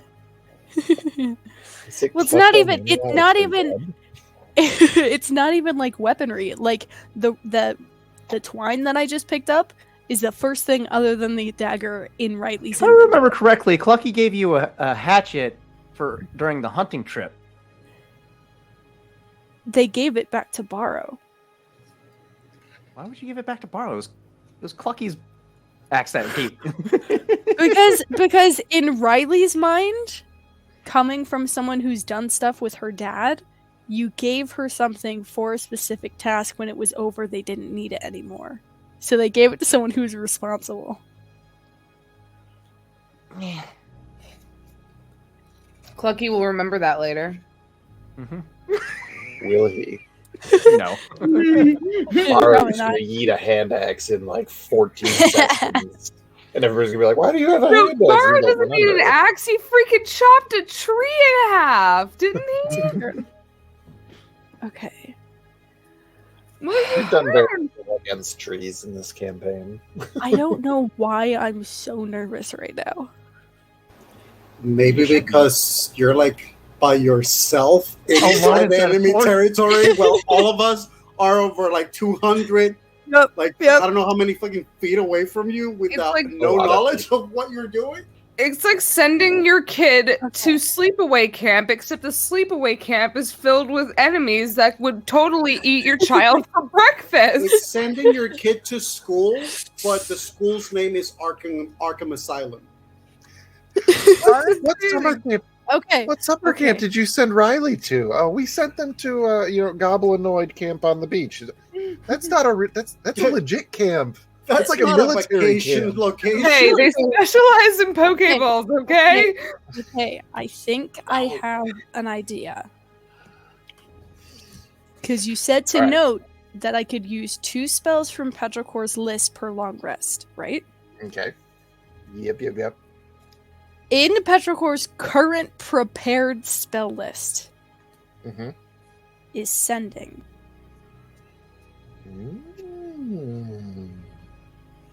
Okay. Have I heard...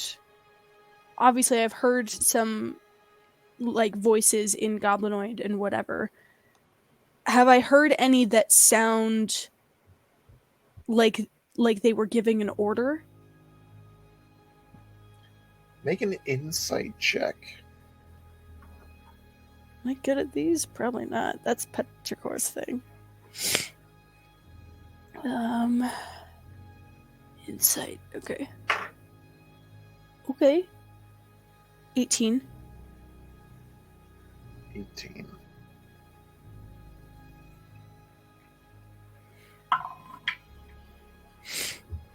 It always.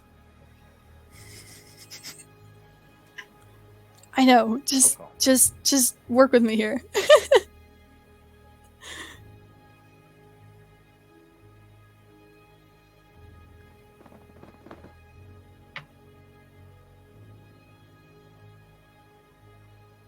I'm going to say you haven't, but would you like to?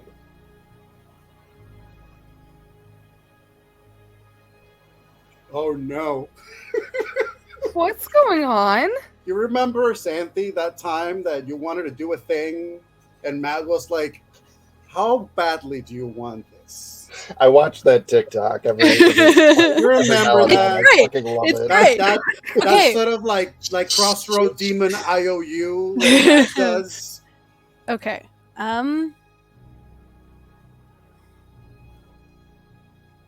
Yes. I don't like the look in his eyes, but we're here now, so. He's folding his hands like a villain, and it's making me nervous. If it helps describe what I'm thinking from my position currently hidden, I want to try to mimic an order that I heard given.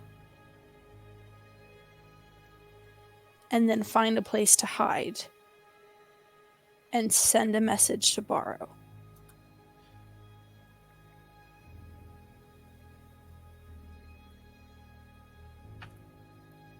So,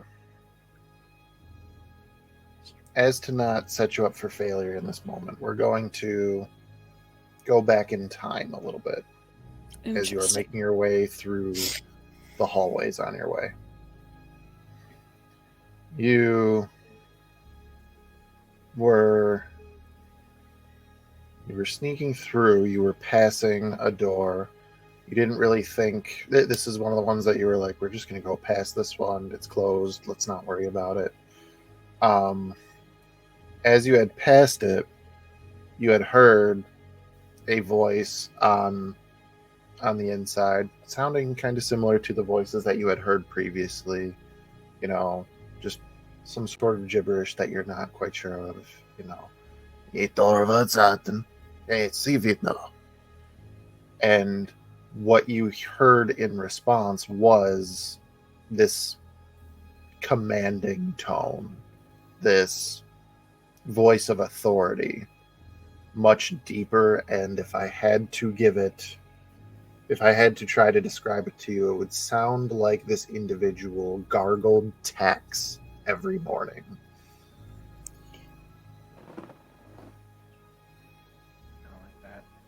And they say whatever it is, you don't understand the language, in this deep grumbling voice, and just the tone and the way that it's said, you hearing it, not even knowing the language, you almost want to stand at attention and say, yes, sir. You then heard heavy boots approaching that door. And you were able to, in this moment, find a table in that hallway. Just had, nothing really too ornate, or anything. Like a couple, something to hold torches, maybe torches or candles or something like that. You hit underneath it just as this door opened, and the individual that walked past you was one of these creatures that you are currently seeing, one of these bugbears. But this individual looks to the other bugbears the way that the way that Bahro and Crow look next to Clucky. This creature is just a mass of bulk and muscle. And they have a very ornate set of leather armor on with a pauldron along their right shoulder. Kind of sort of that that sort of like leather, trying to get sort of like feudal Japan, kind of that skirt, how it's just long strips of leather. It kind of in the circle, dangling down almost, to about mid shins on this individual. These very thick, heavy boots. Not a single weapon on him, and you can kind of you peek up at their face, and they sort of have these bottom teeth coming up. There is a distinct amount of age on this individual that is not present on the rest that you have seen. And strapped to their back, the oddest part about this whole ensemble, as best as Riley could guess, along their back, it's an incredibly weird looking. I'm even gonna take it back because Riley's from like post-apocalypse. It's a kind of looks like maybe a guitar, but the shape is weird, and maybe there's not enough strings. And what's that stick next to it? That doesn't look like a weapon. It's just this very odd, and knowing guitars, the head, there is what looks like a dragon's head on it. But I know it's your question. this is not where you are being. This object is not what you are being pulled to. Bastard. You bastard.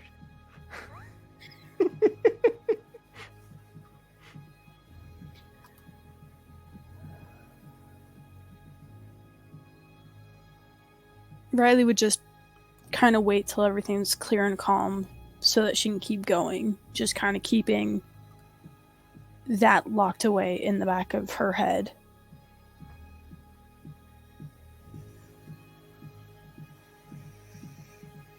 So, back into the current times. Shifting Using- shifting tracks a little bit. Yes. I know I asked if there was a desk or a chair across the way, but from where I am, or in the nearby vicinity of where I am, is there two legs across from each other that I could potentially set up a trip line?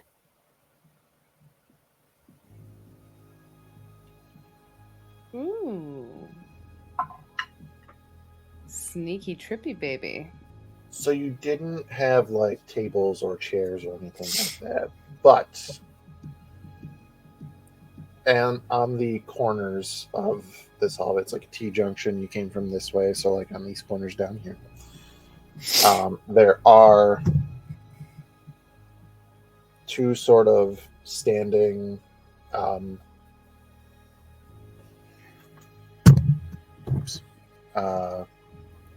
I want to make sure I get the term right. Like standing lamps. There's like, very like about 5-ish feet tall. There is a flame at the top providing light in this hallway.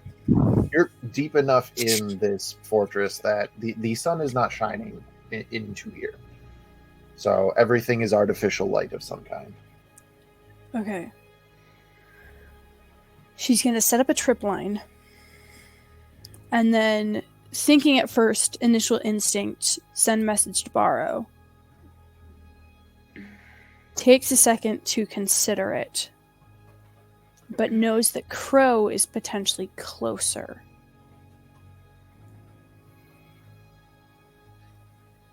So she's going to set the trip line.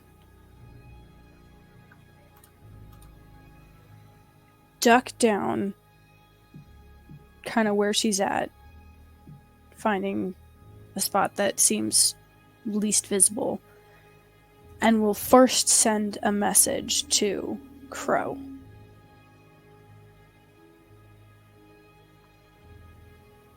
Where are you? I think I know where it is, but I need help.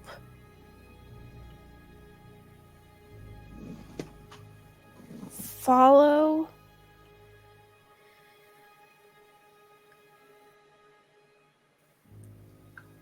What path did I take to get here?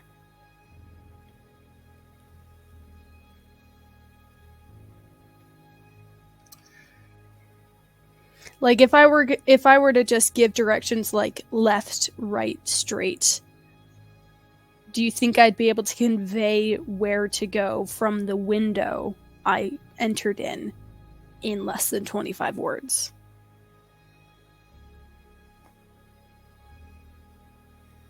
Since I believe, if I'm counting correctly, you're at 19?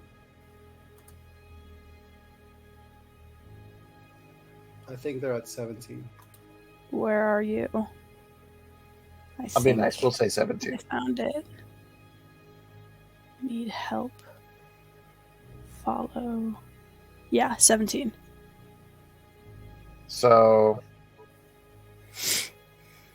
I would say at the very least, I have 13 words to use. 13? No. Yes. 8. 8. At the I can very math. least.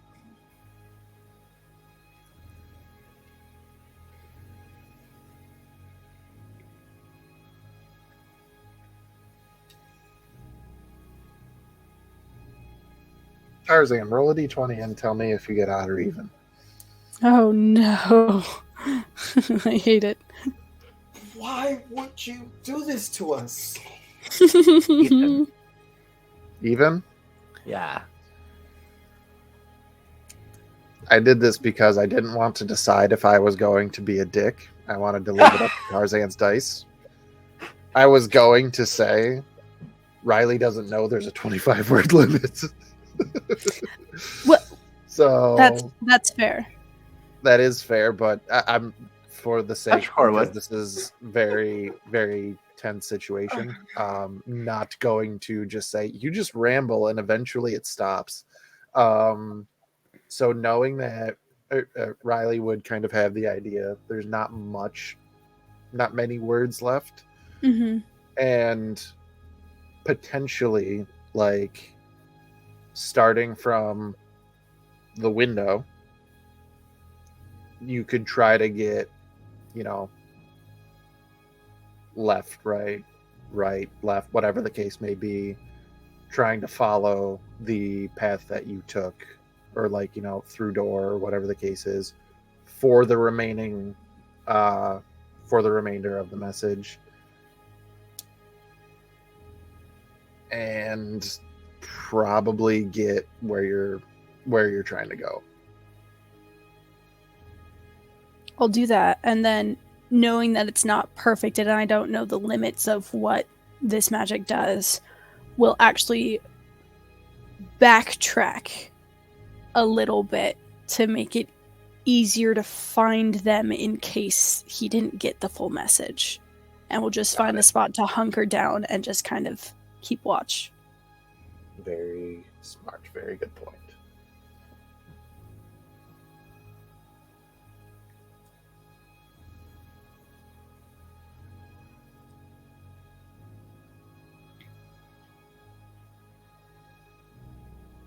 After some time,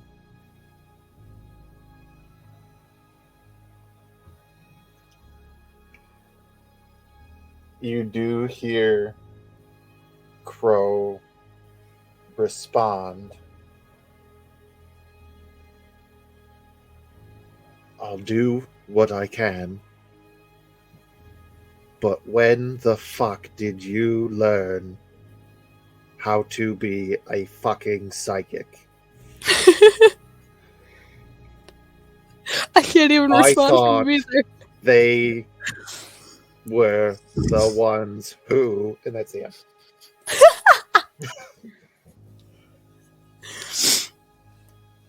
This is fair considering. This is fair.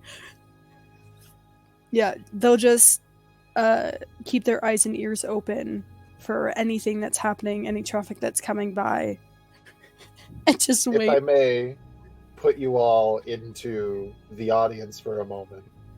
Crow heard this, was trying to think what the fuck is going on. It was definitely Riley that I heard. And maybe I can think and respond. And says the whole thing, finishes with I thought they were the ones who did all the magic bullshit. When the fuck did you learn to do this? And then stands there in mental silence for a while and goes, "Hello? Can you hear me? Yep. Is Checks this a out. one-way thing? Fucking Wi-Fi. I guess I'll go back to the window. If you hear me, I'm going back to the window." In my terrible Crow Great. accent.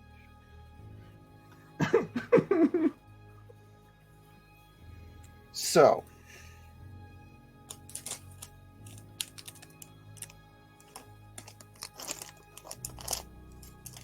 you backtrack a bit. You sort of try to wait.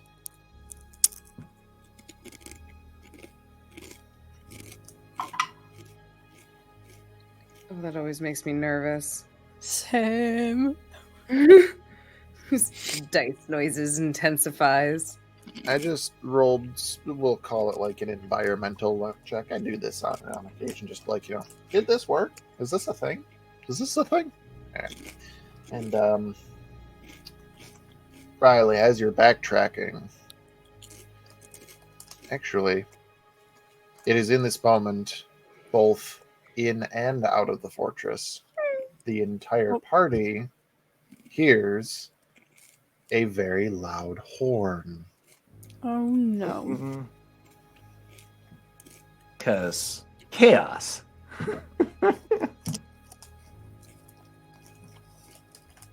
Because dragon coming?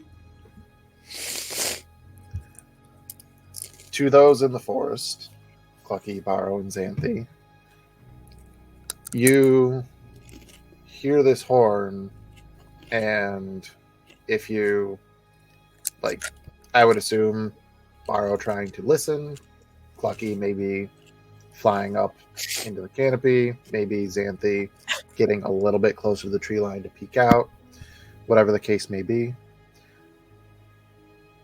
There is a group of goblinoid soldiers assembling at the gate, and a couple of people pointing in the direction of the column of flame. Okay. Your bait is very successful now. I don't know Xanthi's this. sitting there just casually like fanning the fire with her cloak. Couldn't be I bothered. would say Clucky would call down to the to Bahro and Xanthi. I think now is the time for you to move along. I can draw their attention for now. Xanthi, is there any place is there any easy climbing looking trees? God damn it! Are there any trees that look easy to climb? I can't talk. I knew what you meant the whole time. You have an elevator here. So I would say, yeah, there's some trees that, are definitely climbable by a human that doesn't have wings or, suction cups on their feet like monks do once they hit level 10 or whatever. There are trees that you feel like you could attempt to climb. Now, whether or not Xanthi believes she could climb them, that is up to Xanthi and the dice. What if I use big brain moment and I take my daggers and I use it to just stab it into the tree so I can... That leaves evidence. Essentially what Petrichor does. It could just Stab be it a to the weird wall. woodpecker. Again, we have a giant yes, the chicken dagger that can knows carry like woodpecker. 3 of us. You got a superpowered chicken that has a 26 in strength right now. 26 or 23? I would say 23. that Bahro will probably suggest to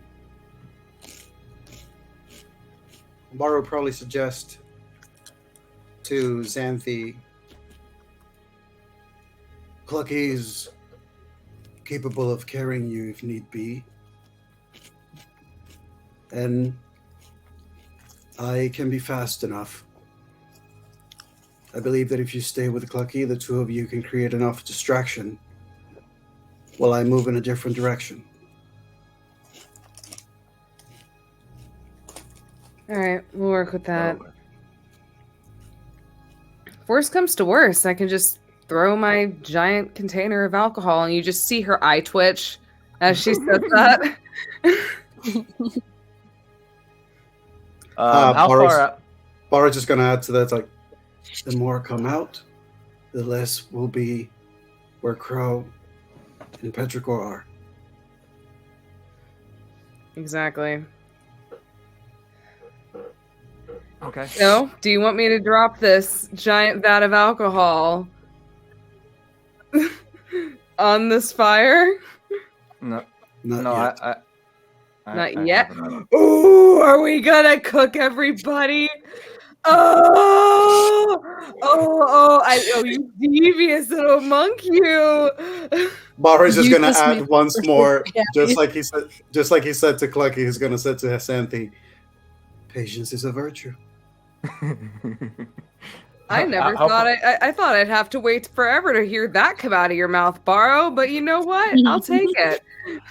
How far out is the massing force? They're still by the gate, so they're like just outside of it, kind of like getting together, sort of forming ranks. With a superhuman strength chicken, how far out could I possibly throw a hobgoblin body from the tree line at a large force?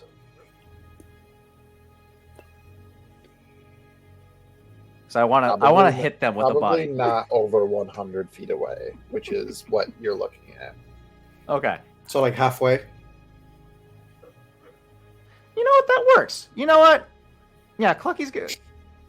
Clucky's gonna wait till Bahro makes his direction off in the opposite direction of where he's gonna go. Yeah, so I don't know what the We layout. can set it on fire before we do it, just to add some extra flair.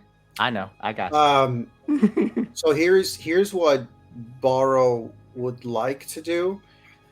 After the fire has been made by Xanthi, he would actually like aim to grab a bunch of branches that have leaves that are green and put them on top to burn to create more smoke. Yep. To just thicken the smoke and the amount of it.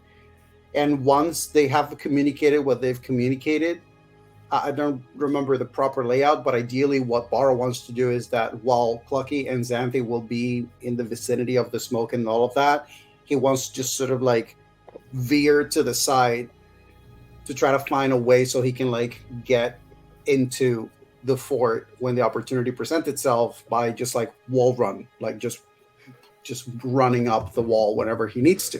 So because he doesn't need to go through the main door. So Running.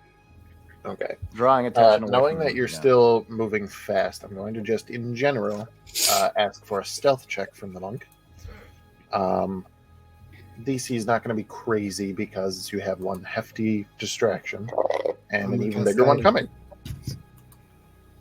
Another big one. Yeah. casting guidance on myself. Hey guys, look at us actually formulating plans and them This is actually working. First time is, that our um, plans have ever worked out.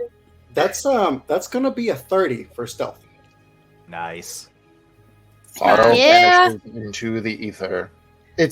Bahro has this conversation with you guys about patience is a virtue, and the smoke goes in front of him, and when it goes back, he's gone. You remember you remember that gif of the little kid that does like the piece and then he just Yep. Fades. I want to imagine that Bahro actually what he does is like he turns and just goes like full on anime run. Like it's just that thing of like the blur, and then you just see like the body just like moving, just like. Well, I'm imagining that like Clucky and Xanthi are watching this whole situation. The smoke goes by, Bahro disappears, but then like just in the background behind Clucky and Xanthi, who are just looking in shock, you just see Bahro and Naruto running in the background. So at that time, Clucky, not even giving a warning, is going to grab Xanthi and fly up into the canopy up top towards the edge of the tree line. Are you setting her meeting the body before or after this? No, he's positioning Xanthi beforehand. Gotcha. So he's going to fly towards the edge of the tree line, up into the canopy, and setting Xanthi on a sturdy enough branch where she's comfortable and safe. Wait here. Wait till the master of the horses enter the tree line. Then make a big boom. Xanthi is like pulling the giant barrel of alcohol that she has. She's putting it in front of it, and she sits there. She kind of just holds it for a second. You kind of see her grip onto it for a moment before she just kind of takes a deep breath, and she's just like, okay, I will do this for the fire and for the child. Mainly more the fire, but also the child. Be safe. Don't draw attention to yourself. I'll be back to grab you. And Isn't that kind of the point? he'll fly back down, grab one of the smoldering bodies, dragging it by the feet, and walks out to the edge of the tree line, out into the open, so that the hobgoblins can see him and his massive. Before you yeet, I do need to do some bookkeeping with Taylor. Mm-hmm. So, Oh god. Xanthi's journey of sobriety. Oh shit. In the way that I had seen this going, we had mentioned briefly in private messages like how this kind of would work, but we didn't follow up with a certain part. That's what I'm going to need in this moment. The day that Xanthi began their sobriety, on a scale of 1 to 10, with 10 being fully sober and 1 being fully alcoholic, where would you say Xanthi's mental state was? Like, I want to get better, so like, where would you put her? Like a dead center at a 5, maybe a little bit more towards a 1. Are you talking when she 10? started this sobriety thing? Yeah, that you guys had the touching moment of drinking to the ones that are no longer with us, and Xanthi dumped out some for the fallen, and then made her fancy cocktail of all the rest of the alcohol that she had. For I would- further bookkeeping, it's currently day 5 of sobriety. Mm-hmm. So I would say at this point, like she, like currently now, she's definitely completely sober. She's not happy about it. Right. I wouldn't say like, oh, I'm not gonna drink alcohol anymore sober. She still wants to drink alcohol. Mhm. It's just she has choices to make. As for how her mental health is, I don't know. I might need to roll on that. Well, Though she to maybe kind the of put stabbing this has all been a bit in, therapeutic. I don't know. I kind of pictured this slider bar of how well sobriety is going for Xanthi, and wherever she started, you know how we were having those rolls of it's a new day, let's see how things go. A bad roll, she'd move closer to 1. A good roll, she'd move closer to 10. So I'm trying to get the start point because I remember we had like 2 good days and 3 bad days, I think. Yeah, I think it's been 2 So, good days and 3 bad days. and the reason why I need this is because Oh I no. never told you what your keg of jungle juice will do when you try to use it as a bomb, but I know what it's going to do, and I need to know where Xanthi's at on this sliding scale. Oh god. Hate that.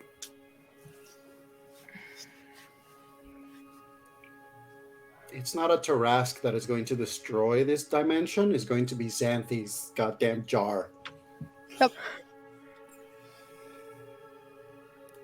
So, like, on a scale of 1, and again, I'm sorry for if I, like, on a scale of 1 to 10, Yeah, you're asking how, where where's it? Xanthi is on her journey to the 10 of being completely sober. I will say, considering, I'd probably say she's maybe about, like, she's kind of taken that step over of like she's trying to replace her bad habits with good ones, like meditating with Bahro and like trying to encourage Clucky's fucked up arts and crafts. Like she's trying to like instead of like just drinking her problems away, she's gonna try and find solutions.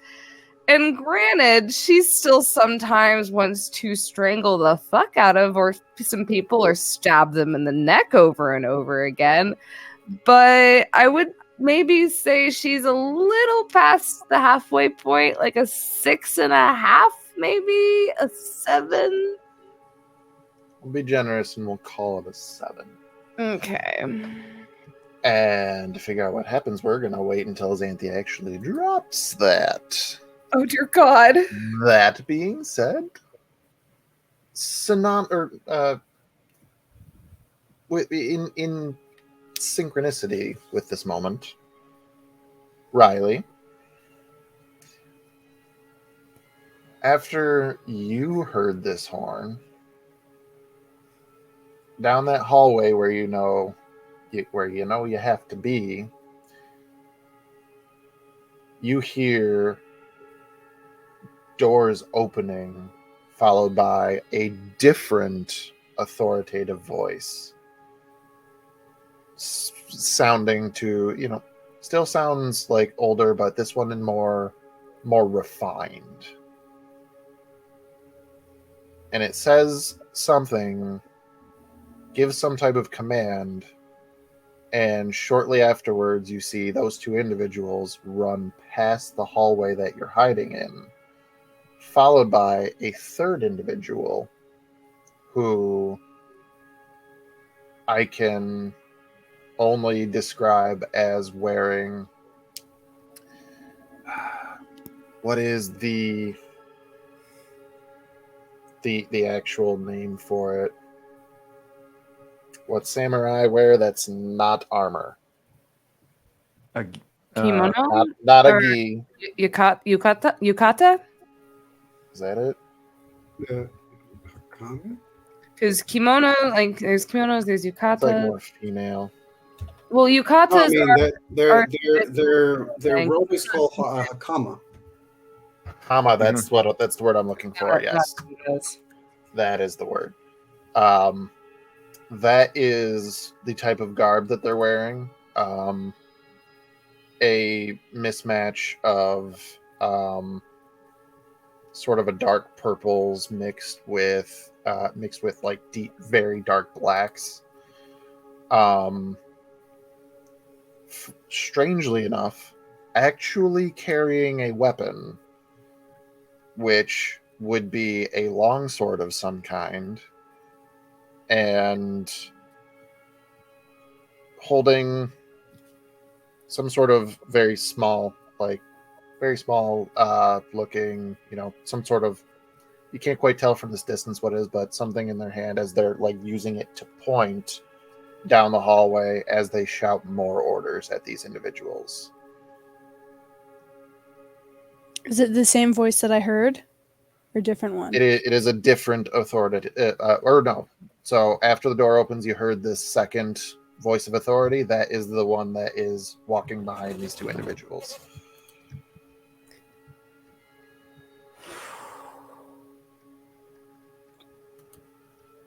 Being as quiet as possible, waiting for them to disappear from view, Riley will sneak back down the hall to see where they're going, and then to see if the door was left open.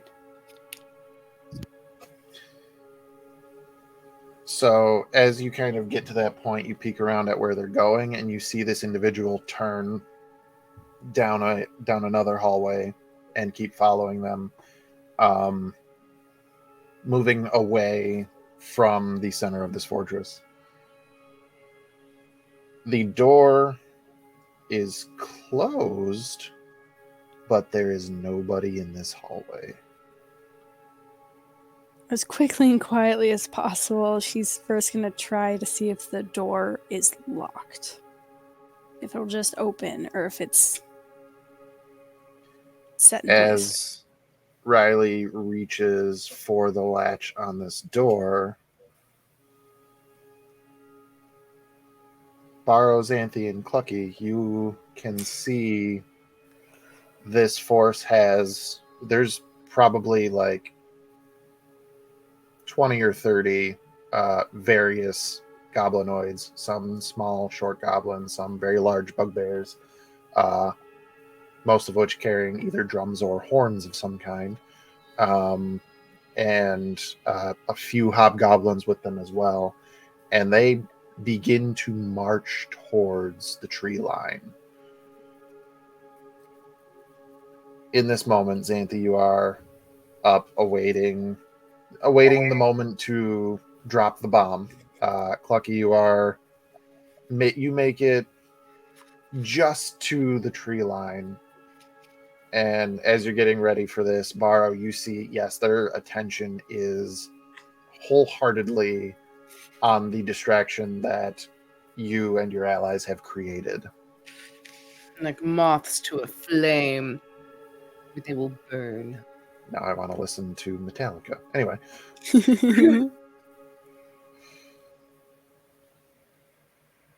So I will ask in this moment, Bahro, are you going to use this opportunity to run for the wall?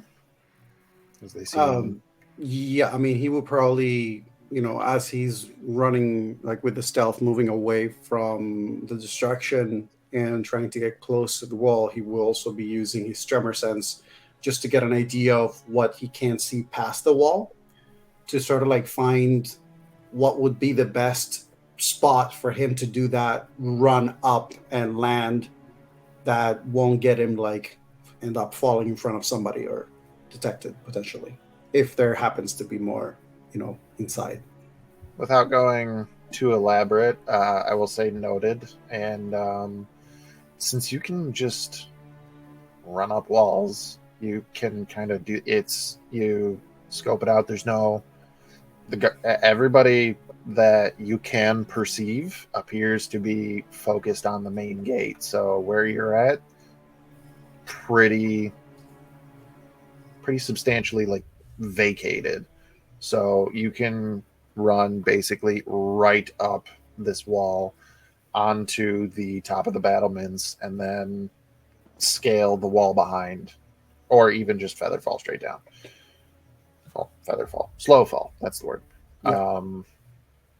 Clucky, you break the tree line, staring at a battalion of various goblinoids holding the smoldering body of one of their own in your hand.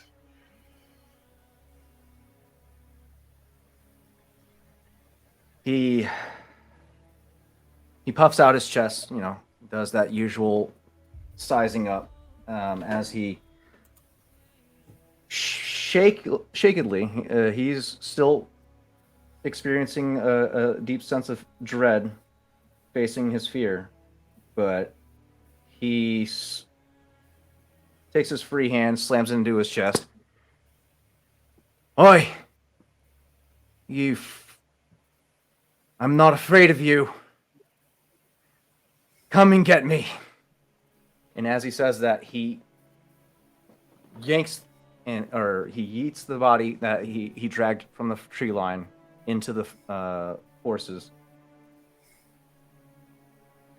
And he waits till they start trying to hit them with the body, just for effect. And then as soon as they make their way halfway down the field, that's when he will slowly walk back into the tree line. He wants to make sure that they follow. 2 rolls from you. We're just Okay. going around. Everybody's getting moments of, I need 2 rolls from you. I need you to make an athletics check to yeet the body. Okie dokie. And an intimidation check. Ooh. That is going to be a 22 for the strength, or the athletics. And intimidation. An 8. So you throw this body. It doesn't hit them, but like 15 feet away from the front line of this battalion, it lands, and with that impact, the flames on the body kind of erupt a little bit more, creating little, very small mushrooming effect. And as this happens, there's a little bit of a gasp and like some yells, some what you could assume battle cries, and one of these hobgoblins from the front kind of like looks down, looks up at you, and what you may have been expecting was a look of fear or perhaps a look of anger, like, how dare you do this? But what you get in response is a smirk as it reaches on its back and pulls a battle axe and points at the tree line and shouts in Goblin, and they all break out into a full sprint in your direction. with that, that's going to change his pace a little bit. But so it's still in line with the plan. This case, he turns around and starts not sprinting, but running into the tree line, making sure that they are keeping or gaining on his position, back towards the fire pit or the burning pit of bodies that Xanthi created, and trying to lure them directly underneath Xanthi, the broken one.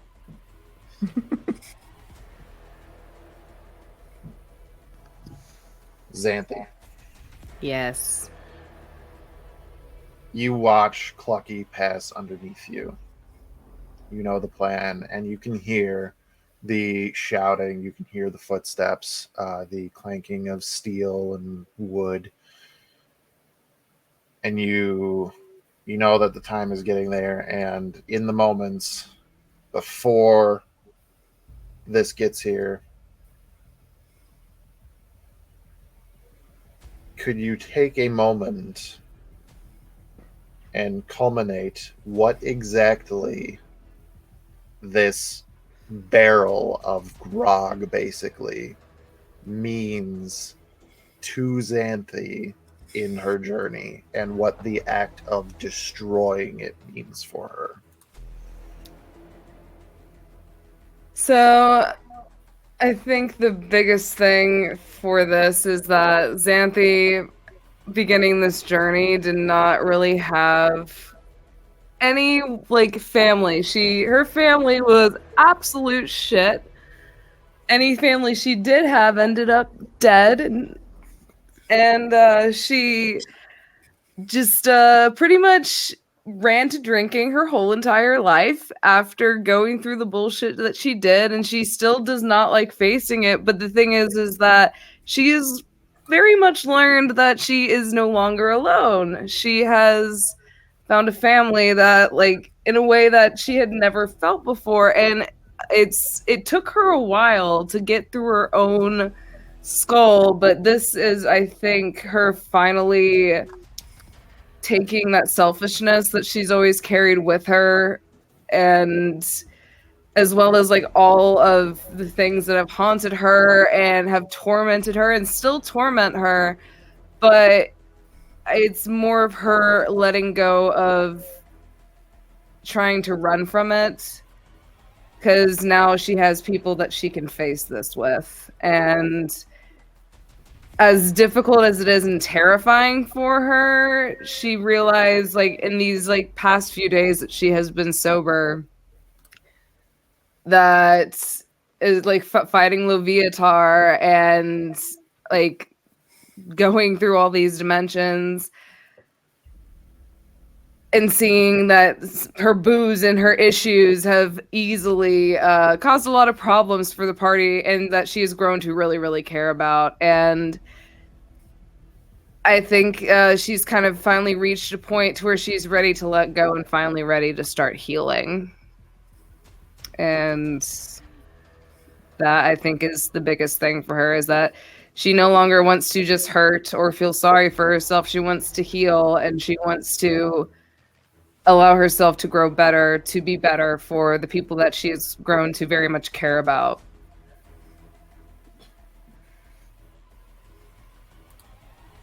In this moment, as they pass underneath you, and you literally hold the source of what you thought was a painkiller, and was in essence a source of pain itself, and as you said, are in the moment when you literally and figuratively let it go. And as this barrel of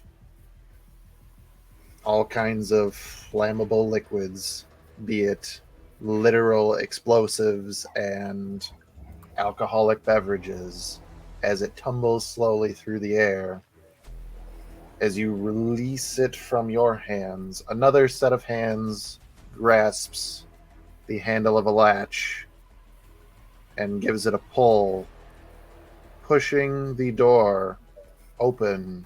Riley, I was so scared. I was like, what? as you see That was a good in this moment transition. that the door opens, a large, what you can assume to be type of throne room with a raised section on the stone floor and a chair made of very large, what Riley can assume is dinosaur bones with some type of carnivorous animal's head, like skull, as the centerpiece above this throne. And in the teeth of this skull, your eyes from the spell that you cast immediately drawn to about the size of a softball, a very intricate green orb. Is there anyone else in here?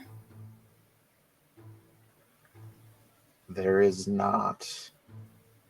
And in this moment that Riley sees what this object is, Xanthi, I need you to roll 7 D20s and add them all together. That's a whole lot of damage, dog. All right. I'm gonna roll my actual dice for this. Oh my god! Oh my! That's a big ass jar, dude. All right, 7 D20s. Yes. That's so many 20s. Oh dear God. Okay, Never rolled these 20s for damage. I'm going to get my calculator out. I only have 3 D20s, so. Oh my god. All right, so these first 3 is going to fucking 20, 10, and a 13. Oh my god. Okay. 43. 30, 43. 43. 43. I was counting. All right, we got a 14, a 6, and a 9. 57, 65. What was the last one? 14, 6, A and a 9? 9. And Roll one high. more. I'm gonna roll my lucky dice. Roll high, baby. I lost track. I hope you're using your calculator. That is a 18, so Ooh. that will be 90 points of damage in total. And Oh my god. Did you twin spell a fireball? My god. Oh As my god.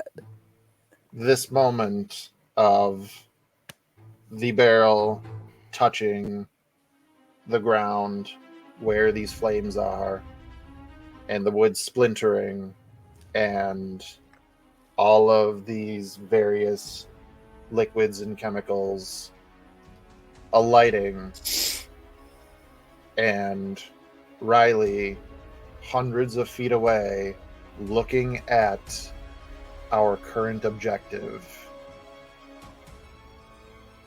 as these unassuming goblinoids, wondering where a barrel just came from out of nowhere, as Bahro has landed on the other side of a wall, as Clucky is looking over his shoulder to see if this gambit has been worth it. The ground quakes as the roaring sound of an explosion fills everyone's ears.